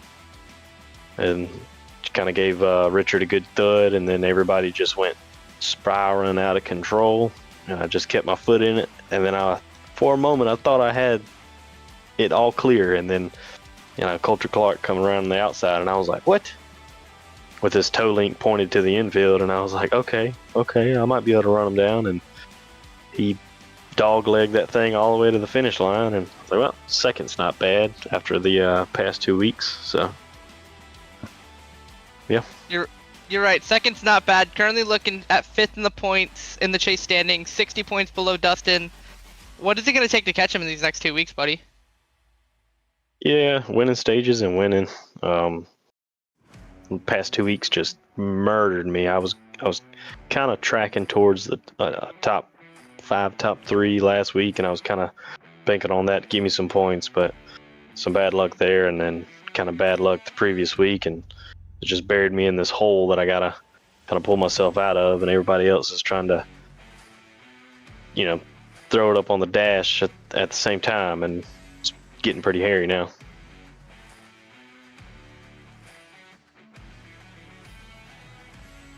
I think Zach King is caught up in some of his post-race obligations. That's okay. Johnny, congratulations. Yep. I got to say, fantastic run to the end there. I really thought you and Richard had it there for a moment, but congrats, and hopefully we're talking to you again soon.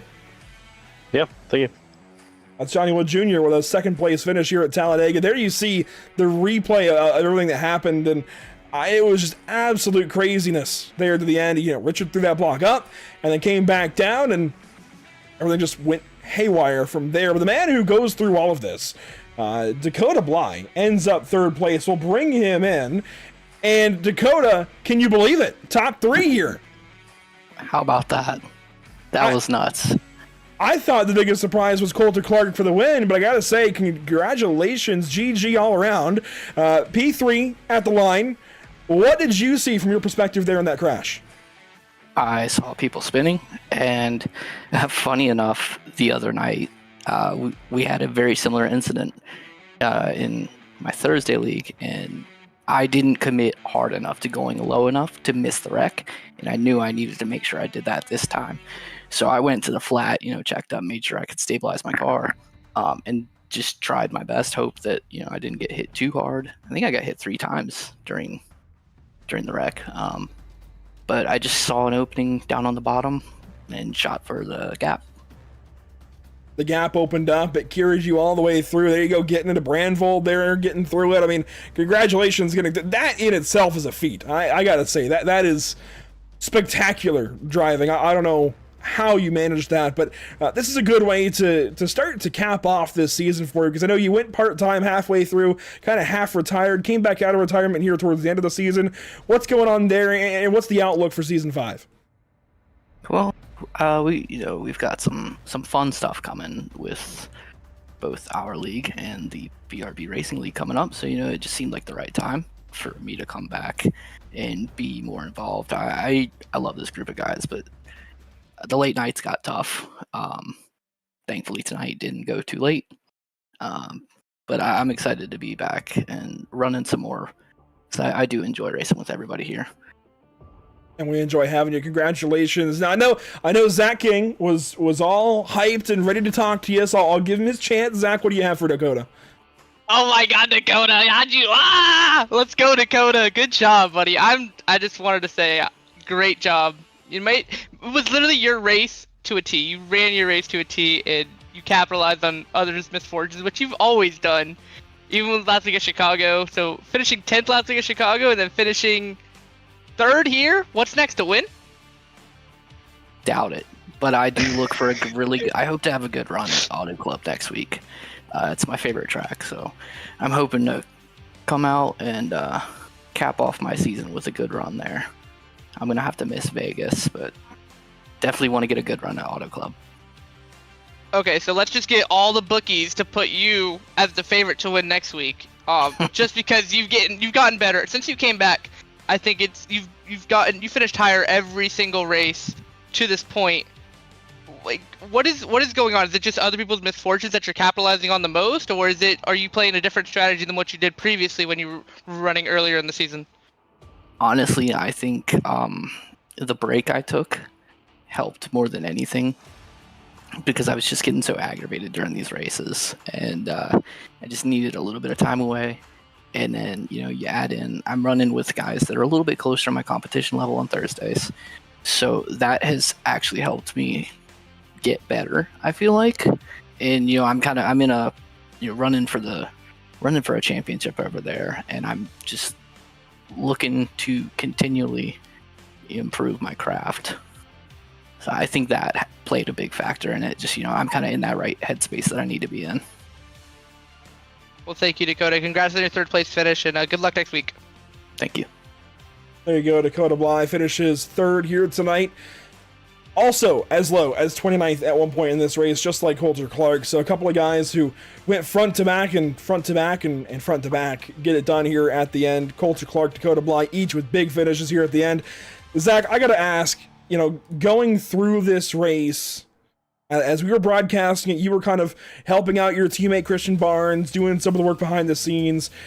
Did you ever think the 54 was going to win this thing? I wasn't even worried about the 54 personally. I didn't think he's been pretty good at these plate tracks, at these super speedway tracks, but I did not believe that it would come down to a big wreck and him pulling it out. I was surprised when it shot up to him, and I was like, who are they screaming for inside the server? And I saw Coulter 1, and I was like, oh, they're going to go crazy. And it did go crazy there at the end. I gotta say, give a big thank you here to the Buttkicker, Ascendance Trucks, Ideally, Sundance Pizza, Performance Food Group, and MXWraps.com. Without them, we would not be here for these kinds of crazy finishes, ecstatic interviews, and everything else the BRB Racing League has to offer. What a day here at Talladega, and it's all thanks to those partners on the left side of your screen.